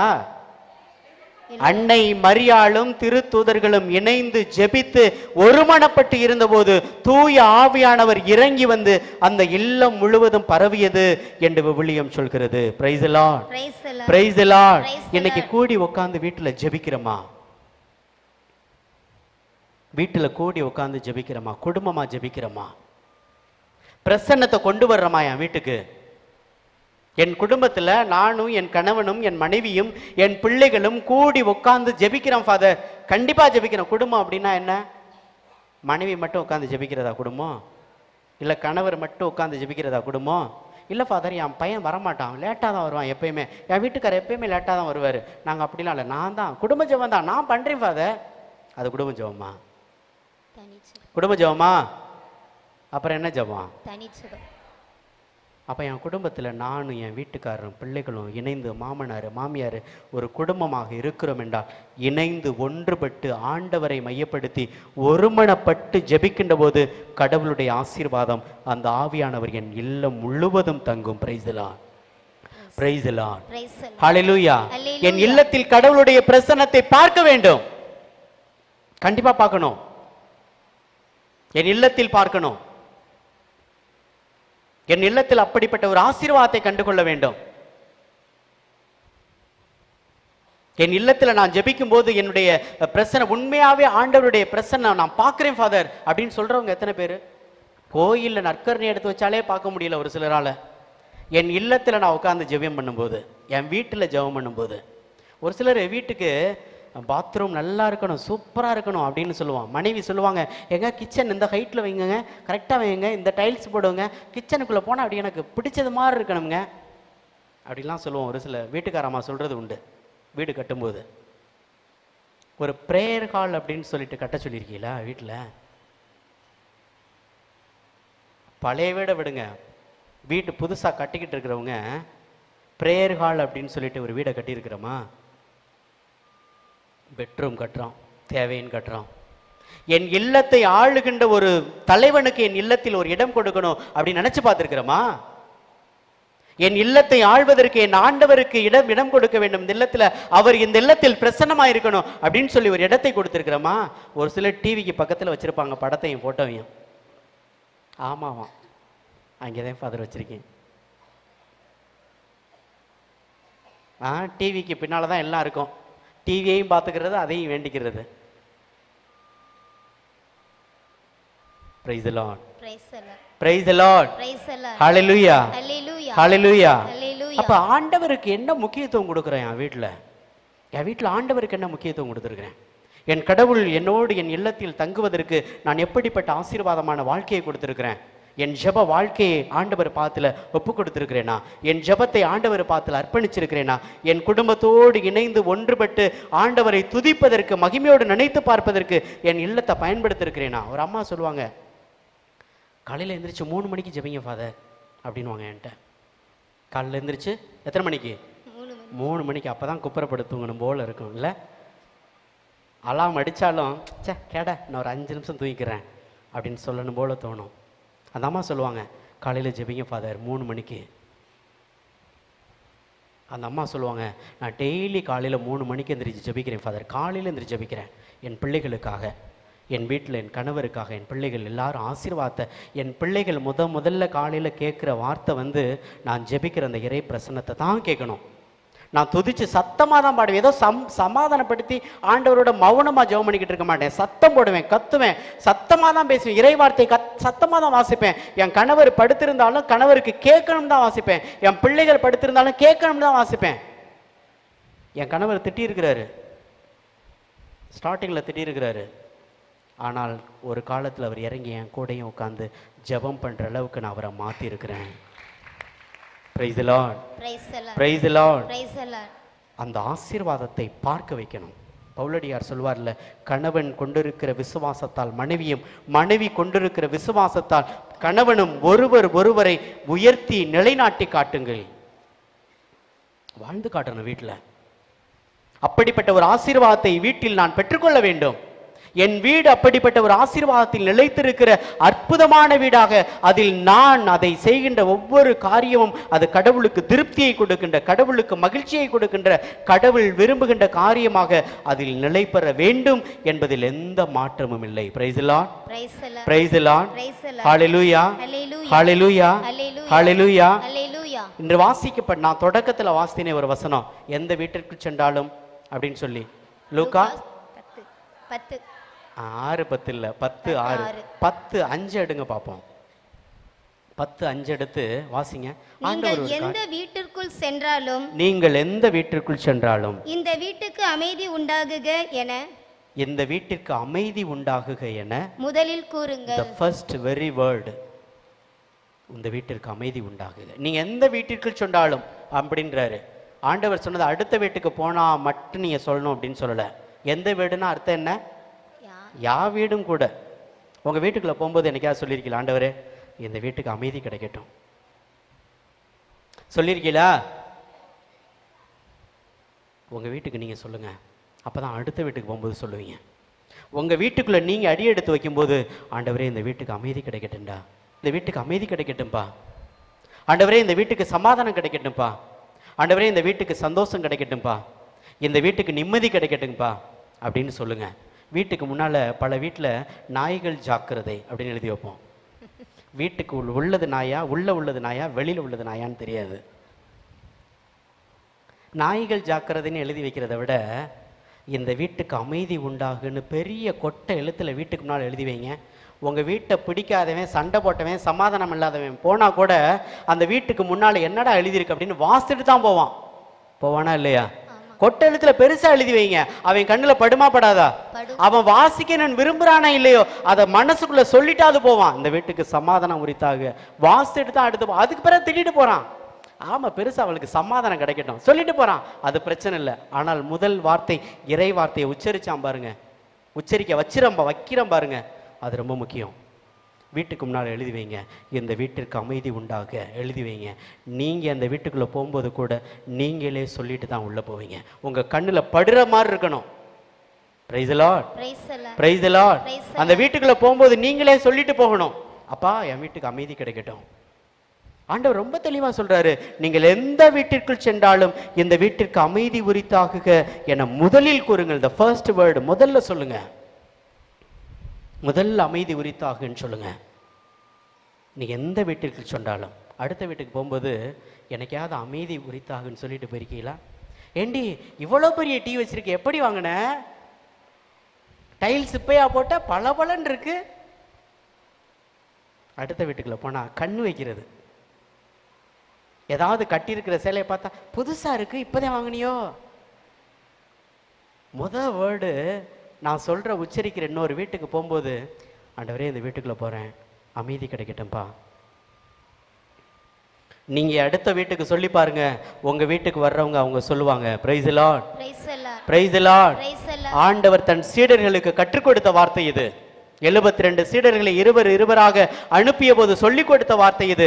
பிள்ளைகளே, எந்த வீட்டிற்கு சென்றாலும் இந்த வீட்டிற்கு முதலில் அமைதி உரித்தாக என்று சொல்லுங்க அப்படின்னாரு. அதே ஆண்டவர் தான் உயிர்த்தெழுந்த பிறகும் கூட வந்த ஒவ்வொரு நேரமும் உங்களுக்கு அமைதி உரித்தாக்குக, பீஸ் பி வித் யூ சொன்னாரு. சொன்னாரா இல்லையா? நீங்க சொல்லணுமா வேணாமா? என் வீட்டை பார்த்து நான் சொல்லணுமா வேணாமா? சொல்லணும்ல. கண்டிப்பா சொல்லணும், கண்டிப்பா சொல்லணும். நம்ம வீட்டுக்கு நாம சொல்லணும். எந்த வீட்டுக்குள்ள போனாலும் போன உடனே டயர்டா இருக்கு, ஒரு டீ போடுமா, இந்த வார்த்தை வாயில வரக்கூடாது. என்ன வரணும்? ஃபர்ஸ்ட் அமைதி உரித்தாக சொல்லிட்டு போங்க. ஒரு சிலர் வீட்டுக்குள்ள போகும்போதே செருப்பை கலட்டுறாங்களே, ஏண்டி அப்படின்னு கத்திக்கிட்டு தான் போறது.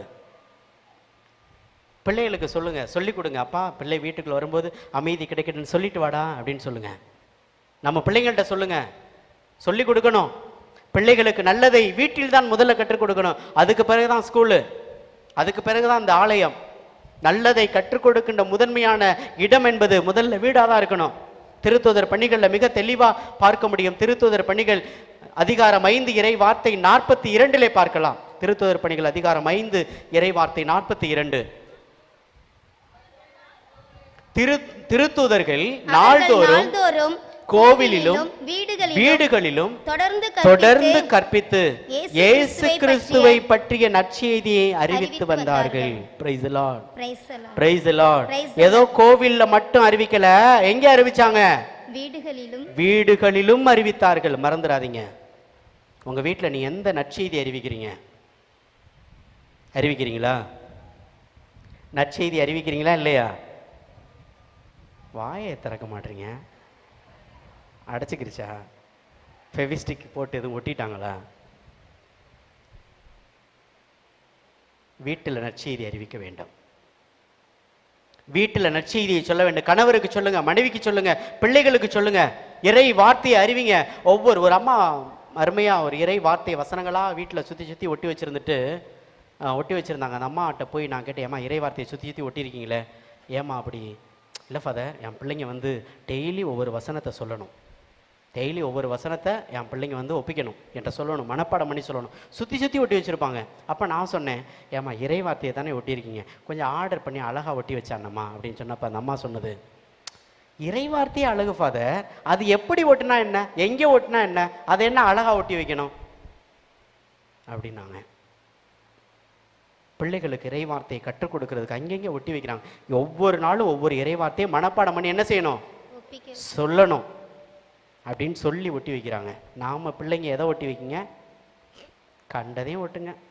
அப்படிதான் கிரிக்கெட் ஸ்டார் இருப்பாரு, அங்கிட்டு சினி ஸ்டார் இருப்பாரு, அப்படி இருப்பாரு, இப்படி இருப்பாரு, எல்லாம் இருக்கும். பொம்மை இருக்கும், அது இருக்கும், இது இருக்கும், எல்லாம் இருக்கும். எது மட்டும் இருக்காது? உண்மைதானா? ரொம்ப ஆணித்தரமா சொல்றீங்க இறை வார்த்தை மட்டும் இருக்காதுன்னு. உண்மைதானோ?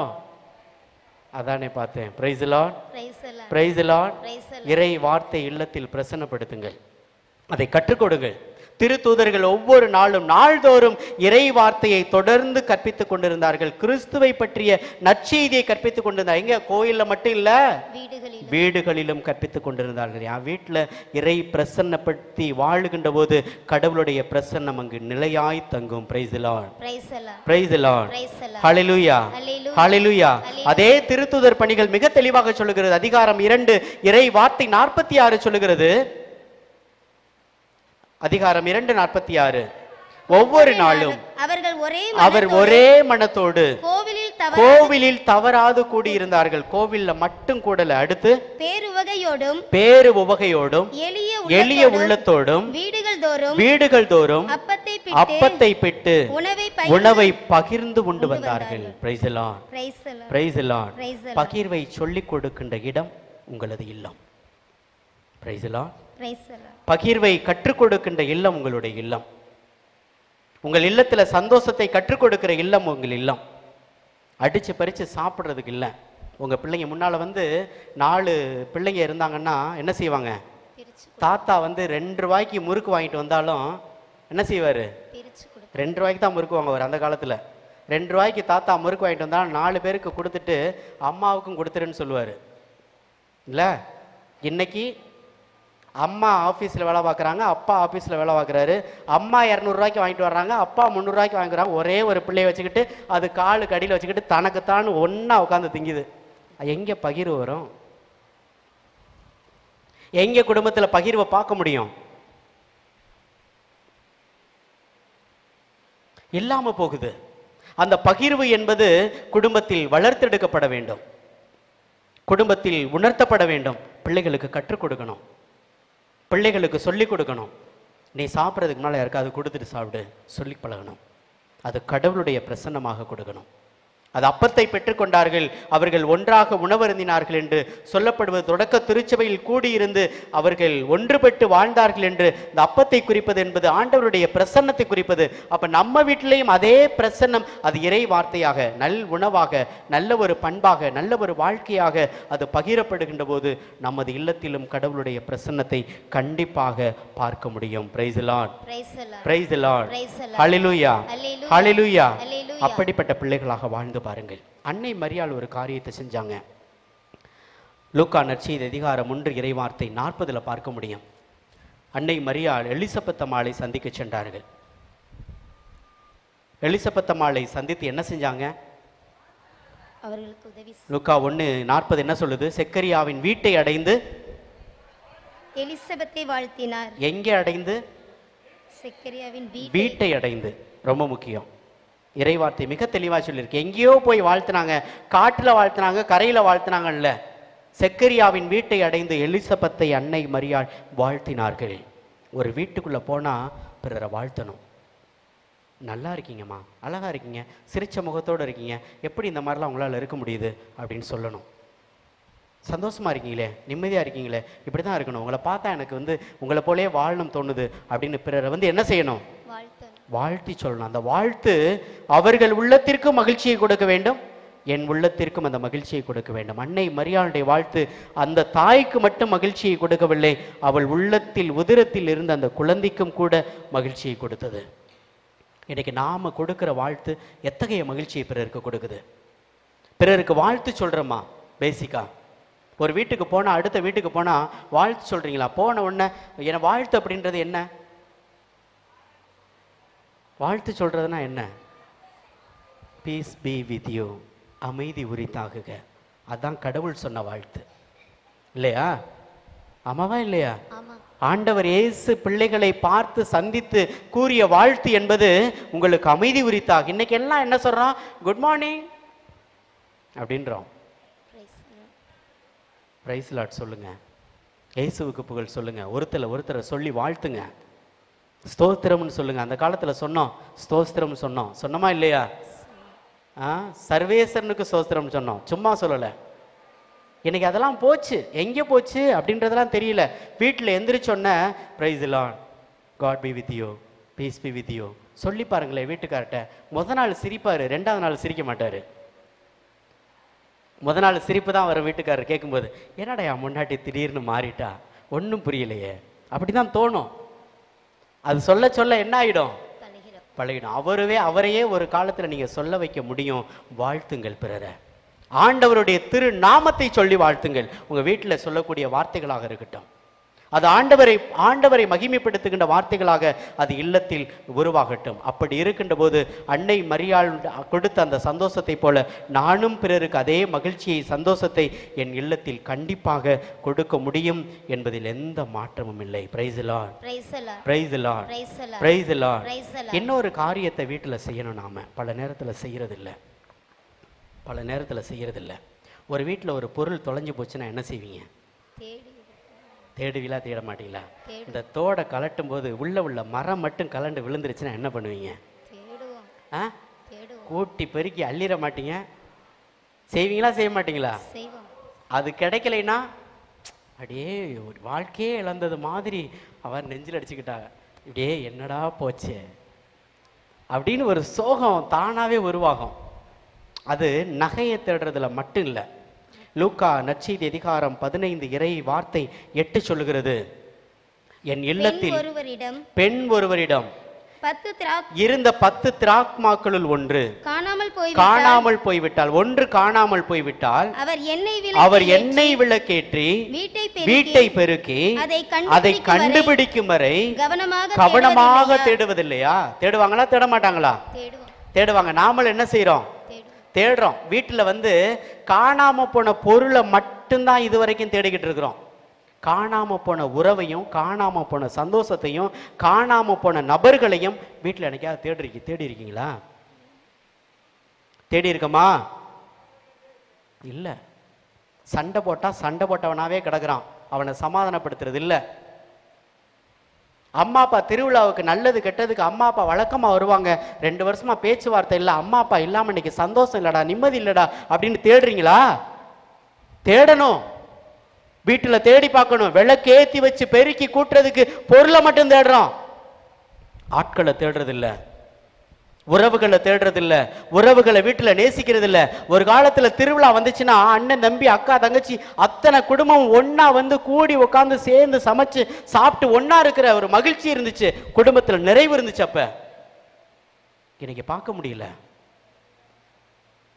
இன்னைக்கு கணவன் மனைவியும் பார்த்துக்கிட்டு இருக்கீங்க. பிள்ளைய கூட பேரண்ட்ஸ் இந்த தாத்தா பாட்டியை பார்க்க முடியாம பெத்த சின்ன பிள்ளைங்க பேத்திக பேரங்க தாத்தா பாட்டியை பார்க்க முடியாம தவிக்குதுங்க. விளையாடுறதுக்கு ஆள் இல்லாம தவிக்குதுங்க. அப்படிப்பட்ட உறவற்ற நிலையில் இருக்கிறோம். எங்க போச்சு உறவு? காணாம போன உறவை தேடி இருக்கீங்களா? காணாம போன உறவை தேடுவதற்கு விளக்கேற்றி தேட்டுங்கள். ஆண்டவரே, ஏன் இன்னைக்கு அன்னைக்கு இருந்த உறவு இன்னைக்கு ஏன் இல்லாம போச்சு? என் வீட்டுக்கு இத்தனை பேர் வந்துட்டு போனாங்களே, இத்தனை பேர் சந்தோஷம் கொடுத்தாங்களே, இத்தனை பேர் இருக்கும்போது மன நிறைவு இருந்துச்சு, சந்தோஷம் இருந்துச்சு, அவங்கெல்லாம் என் குடும்பத்துல வரும்போது எவ்வளவு மகிழ்ச்சி இருந்துச்சு, இன்னைக்கெல்லாம் வர்றதே இல்லை. ஏன்? நான் அப்படி இருந்தேனா? அவங்க வர விடாம நான் தான் தடுத்தினா? அவங்க வராம போனதுக்கு நான் தான் காரணமா இருந்துட்டினா? இல்ல அவங்களே காரணமா இருந்தாலும் நான் என்னைக்காவது தேடி இருக்கேன் அவங்கள தேடி போய் வாங்க, சாரி நீங்க வரணும், நீங்க வந்தாதான் என் வீட்டுக்கு நிம்மதி, நீங்க வந்தாதான் என் குடும்பத்திற்கு மகிழ்ச்சி, நீங்க வந்தாதான் என் குடும்பத்திற்கு நிறைவு, நீங்க வந்தாதான் என் குடும்பத்திற்கு ஆசீர்வாதம் அப்படின்னு அந்த குடும்பத்தை தேடி அலைந்து கூப்பிட்டு ஒரு இடத்துல கொண்டு வந்து அந்த பெண் அந்த திராக்மாவை தேடி எடுத்த போது எல்லாரையும் கூப்பிட்டு, என் காணாமல் போயிருந்தது இப்போது எனக்கு கிடைத்து விட்டது, வாருங்கள் ஒன்று கூடி மகிழ்ந்திருப்போம்னு சொன்ன அந்த தாயை போல நம்மளால சொல்ல முடியுமா? என் பேரண்ட்ஸ் நான் பேசாம இருந்தேன், என் மனைவிட்ட பேசாம இருந்தேன், என் பிள்ளைகள்கிட்ட பேசாம இருந்தேன், என் அப்பா பேசாம இருந்தேன், அண்ணன் தம்பி தங்கச்சியோட பேசாம இருந்தேன், இன்னைக்கு எல்லாரையும் கூட்டி வச்சு நான் சந்தோஷமா இருக்கேன், ஆண்டவர் பிரசன்னத்துல ஒன்னா இருக்க நிறைவாடு இருக்கிறான் அப்படின்னு உங்களால சொல்ல முடியுதா? வீட்டுல பகைமையை பகைமையாவே வச்சு ஒதுக்கி வச்சு வாழ்றோம், பகைமையாவே விலக்கி விட்டு வாழ்றோம். வீட்டுல சந்தோஷம் இல்லாம போகுது. வீட்டுல கூட்டி பெருக்கி தேடுங்க. எது காணாம போச்சோ அதை தேடி கொண்டு வாங்க.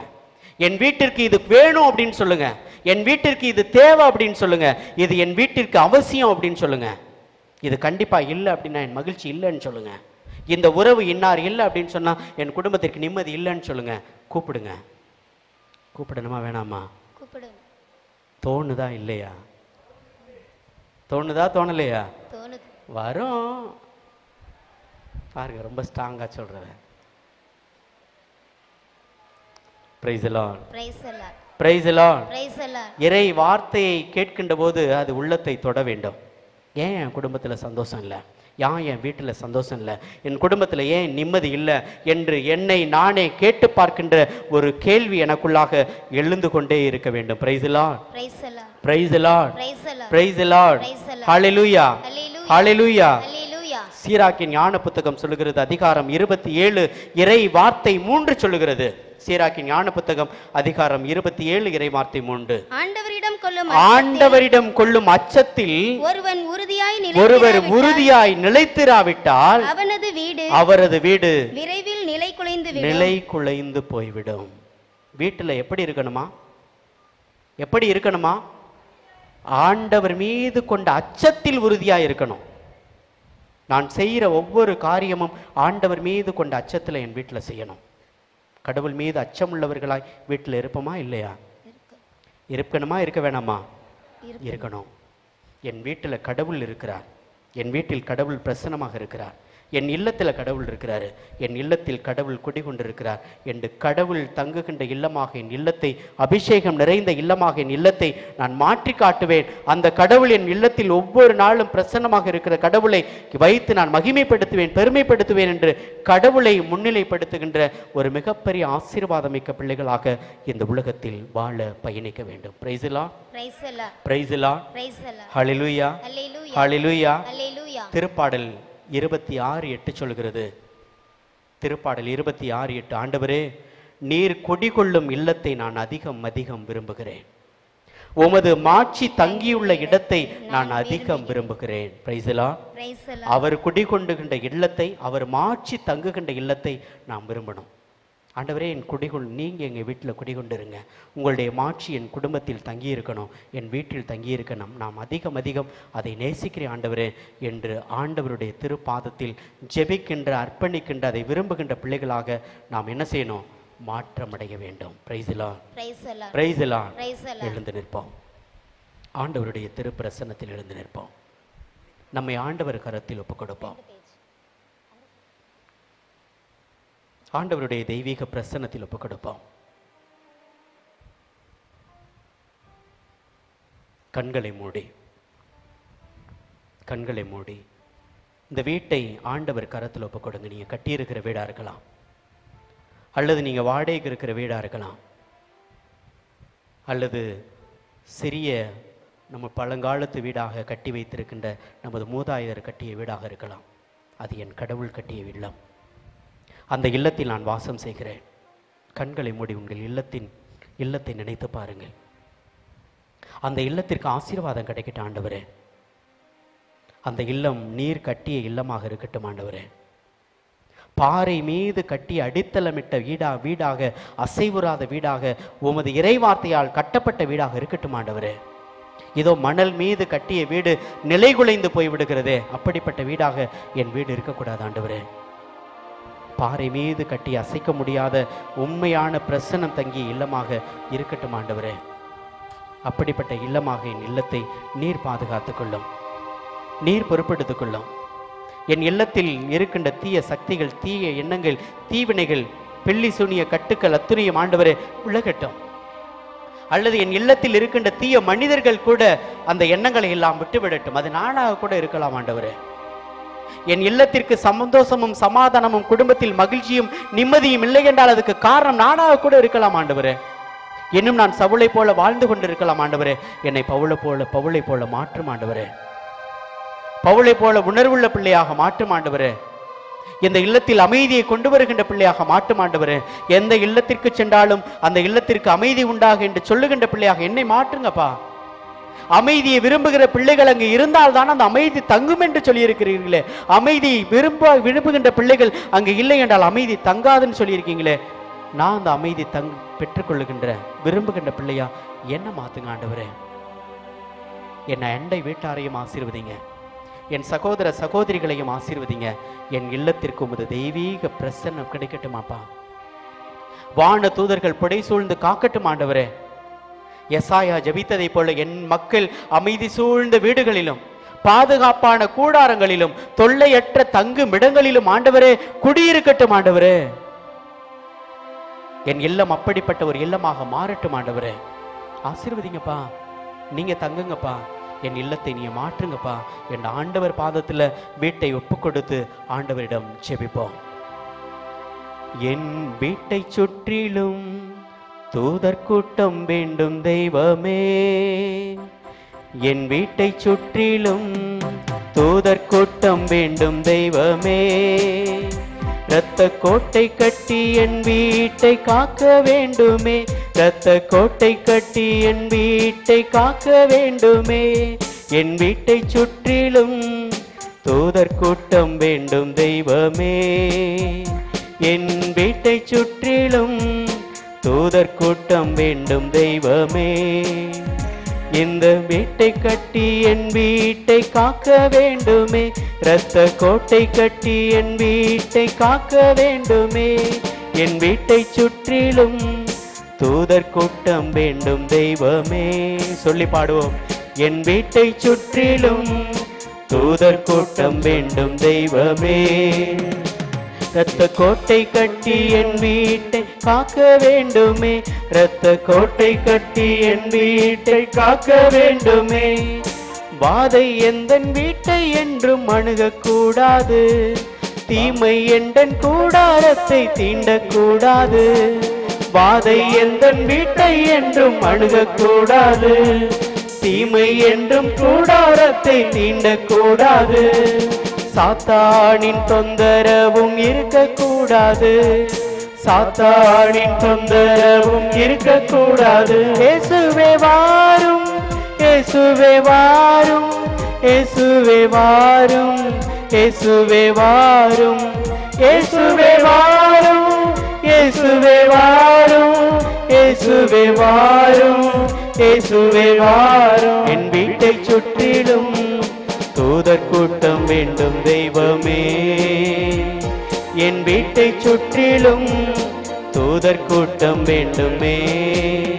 இரத்த கோட்டை கட்டி என் வீட்டை காக்க வேண்டுமே. இரத்த கோட்டை கட்டி என் வீட்டை காக்க வேண்டுமே. என் வீட்டை சுற்றிலும் தூதர் கூட்டம் வேண்டும் தெய்வமே.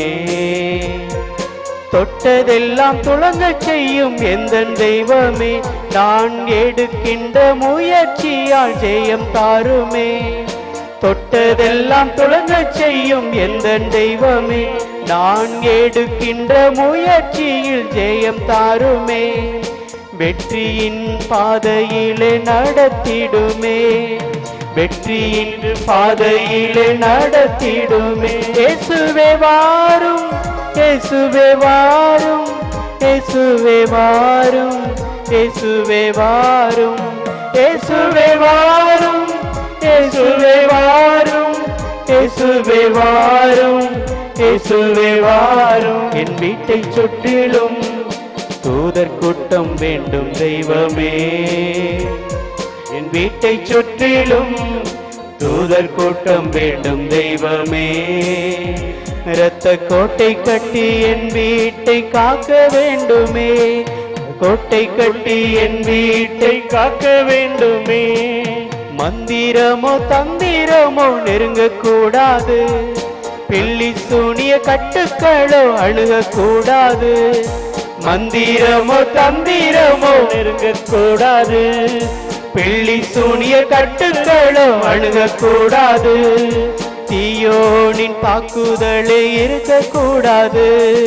தீயோனின் தாக்குதலை இருக்கக்கூடாது. இயேசுவே வாரும், இயேசுவே வாரும், இயேசுவே வாரும், இயேசுவே வாரும், இயேசுவே வாரும், இயேசுவே வாரும், இயேசுவே வாரும், இயேசுவே வாரும். என் வீட்டை சுற்றிலும் தூதர் கூட்டம் வேண்டும் தெய்வமே. என் வீட்டை சுற்றிலும் தூதர் கூட்டம் சத்தமாக உணர்ந்து இரத்த கோட்டைக்குள்ளே என் வீட்டை காக்க வேண்டுமே. இரத்த கோட்டைக்குள்ளே என் வீட்டை காக்க வேண்டுமே. இரத்த கோட்டைக்குள்ளே என் வீட்டை காக்க வேண்டுமே. இரத்த கோட்டைக்குள்ளே என் வீட்டை காக்க வேண்டுமே. இயேசுவே வாரும், இயேசுவே வாரும், இயேசுவே வாரும், இயேசுவே வாரும், இயேசுவே வாரும், இயேசுவே வாரும், இயேசுவே வாரும், இயேசுவே வாரும். என் வீட்டை சுற்றிலும் தூதர் கூட்டம் இருந்த தெய்வமே, என் வீட்டை சுற்றிலும் தூதர் கூட்டம் வேண்டும் தெய்வமே.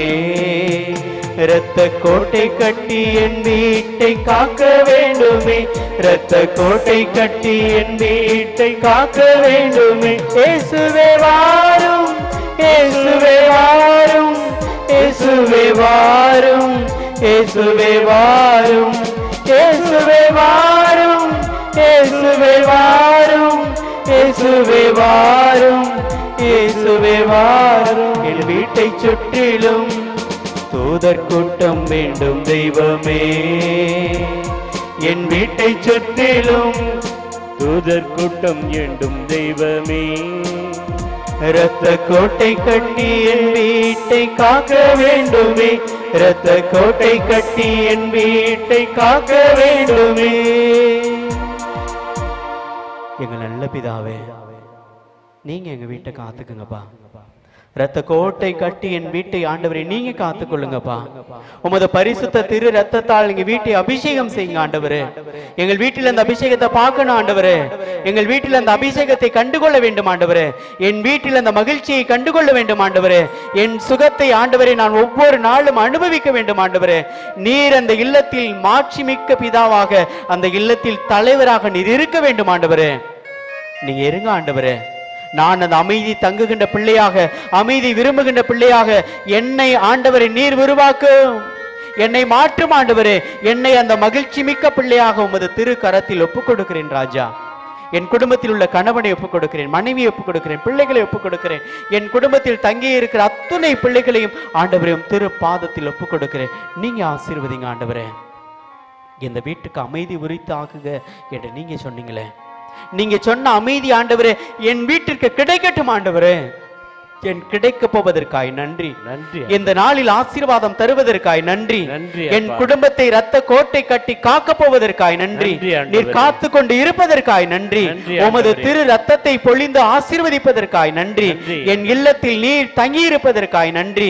என் இல்லத்தின் தலைவராய் நீர் இருப்பதற்காய் நன்றி. உயிர்த்த ஆண்டவராய் என் இல்லத்திற்கு அமைதி தருவதற்காய் நன்றி. அந்த அமைதி தங்குகின்ற பிள்ளைகளாய் இன்று முதல் எங்களை வாழச் செய்வதற்காய் நன்றி. நன்றி இயேசுவே.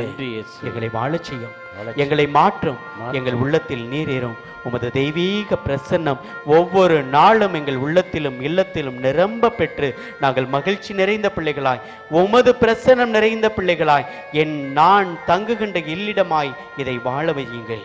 இந்த இல்லம் நான் தங்குகின்ற இல்லம், இதை சந்தை கூடாரமாய் மாற்றிவிடாதீர்கள், கல்வர் குகையாய் மாற்றிவிடாதீர்கள் என்று ஆலயத்தை மட்டுமல்ல ஆண்டவரே, என் இல்லத்தையும் என் உள்ளத்தையும் கூட அப்படிப்பட்ட பிள்ளைகளாய் இன்று மாற்றச் செய்வதற்காய், வாழச் செய்வதற்காய், ஆசீர்வதிப்பதற்காய், என் வாழ்வை நீர் மாற்றுவதற்காய், என் இல்லத்தை சுற்றி உமது திரு தூதர்கள் கூட்டம் தாங்கி இருப்பதற்காய், புனிதர்களின் ஆசீர்வாதம் புடை சூழ்ந்து நிற்பதற்காய், இன்று முதல் அந்த இல்லத்தில் அப்படியாய் உமது தந்தை மகன் தூய ஆவியினுடைய பிரசன்னம் அங்கு தங்கி இருப்பதற்காய், நானும் என் பிள்ளைகளும் குடும்பமும் ஒன்றுபட்டு ஒரே பிள்ளைகளாய் இணைந்து ஜெபிக்கின்ற பிள்ளைகளாக, எசாயா சொன்ன அந்த வார்த்தை தங்குகின்ற பிள்ளைகளாக, என் மக்கள் அமைதி சூழ்ந்த வீடுகளிலும் பாதுகாப்பான தங்கு கூடாரங்களிலும் தொல்லையற்ற தங்கும் இடங்களிலும் தங்கியிருக்கிற ஒரு பிள்ளைகளாக, இடங்களாக என்னையும் என் குடும்பத்தை நீர் மாற்றி இருப்பதற்காய் நன்றி. நன்றி இயேசுவே என்று உள்ளத்தில் சொல்வோம். என் வீட்டை சுற்றிலும் தூதர் கூட்டம் வேண்டும் தெய்வமே, இரத்த கோட்டை கட்டி என் வீட்டை காக்க வேண்டுமே, இரத்த கோட்டை கட்டி என் வீட்டை காக்க வேண்டுமே. என் வீட்டை சுற்றிலும் தூதர் கூட்டம் வேண்டும் தெய்வமே, இரத்த கோட்டை கட்டி என் வீட்டை காக்க வேண்டுமே, இரத்த கோட்டை கட்டி என் வீட்டை காக்க வேண்டுமே. எல்லாம் வல்ல இறைவன் தந்தை மகன் தூய ஆவி நமது இல்லங்களை அமைதி சூழ்ந்த இல்லங்களாக, பாதுகாப்பான கூடாரங்களாக, தொல்லையற்ற தங்கும் இடங்களாக மாற்றி ஆசீர்வதித்து நிறைந்த ஆசீர்வாதங்களை நம் இல்லத்திற்கும் உள்ளத்திற்கும் என்றும் தருவாராக. ஆமென்.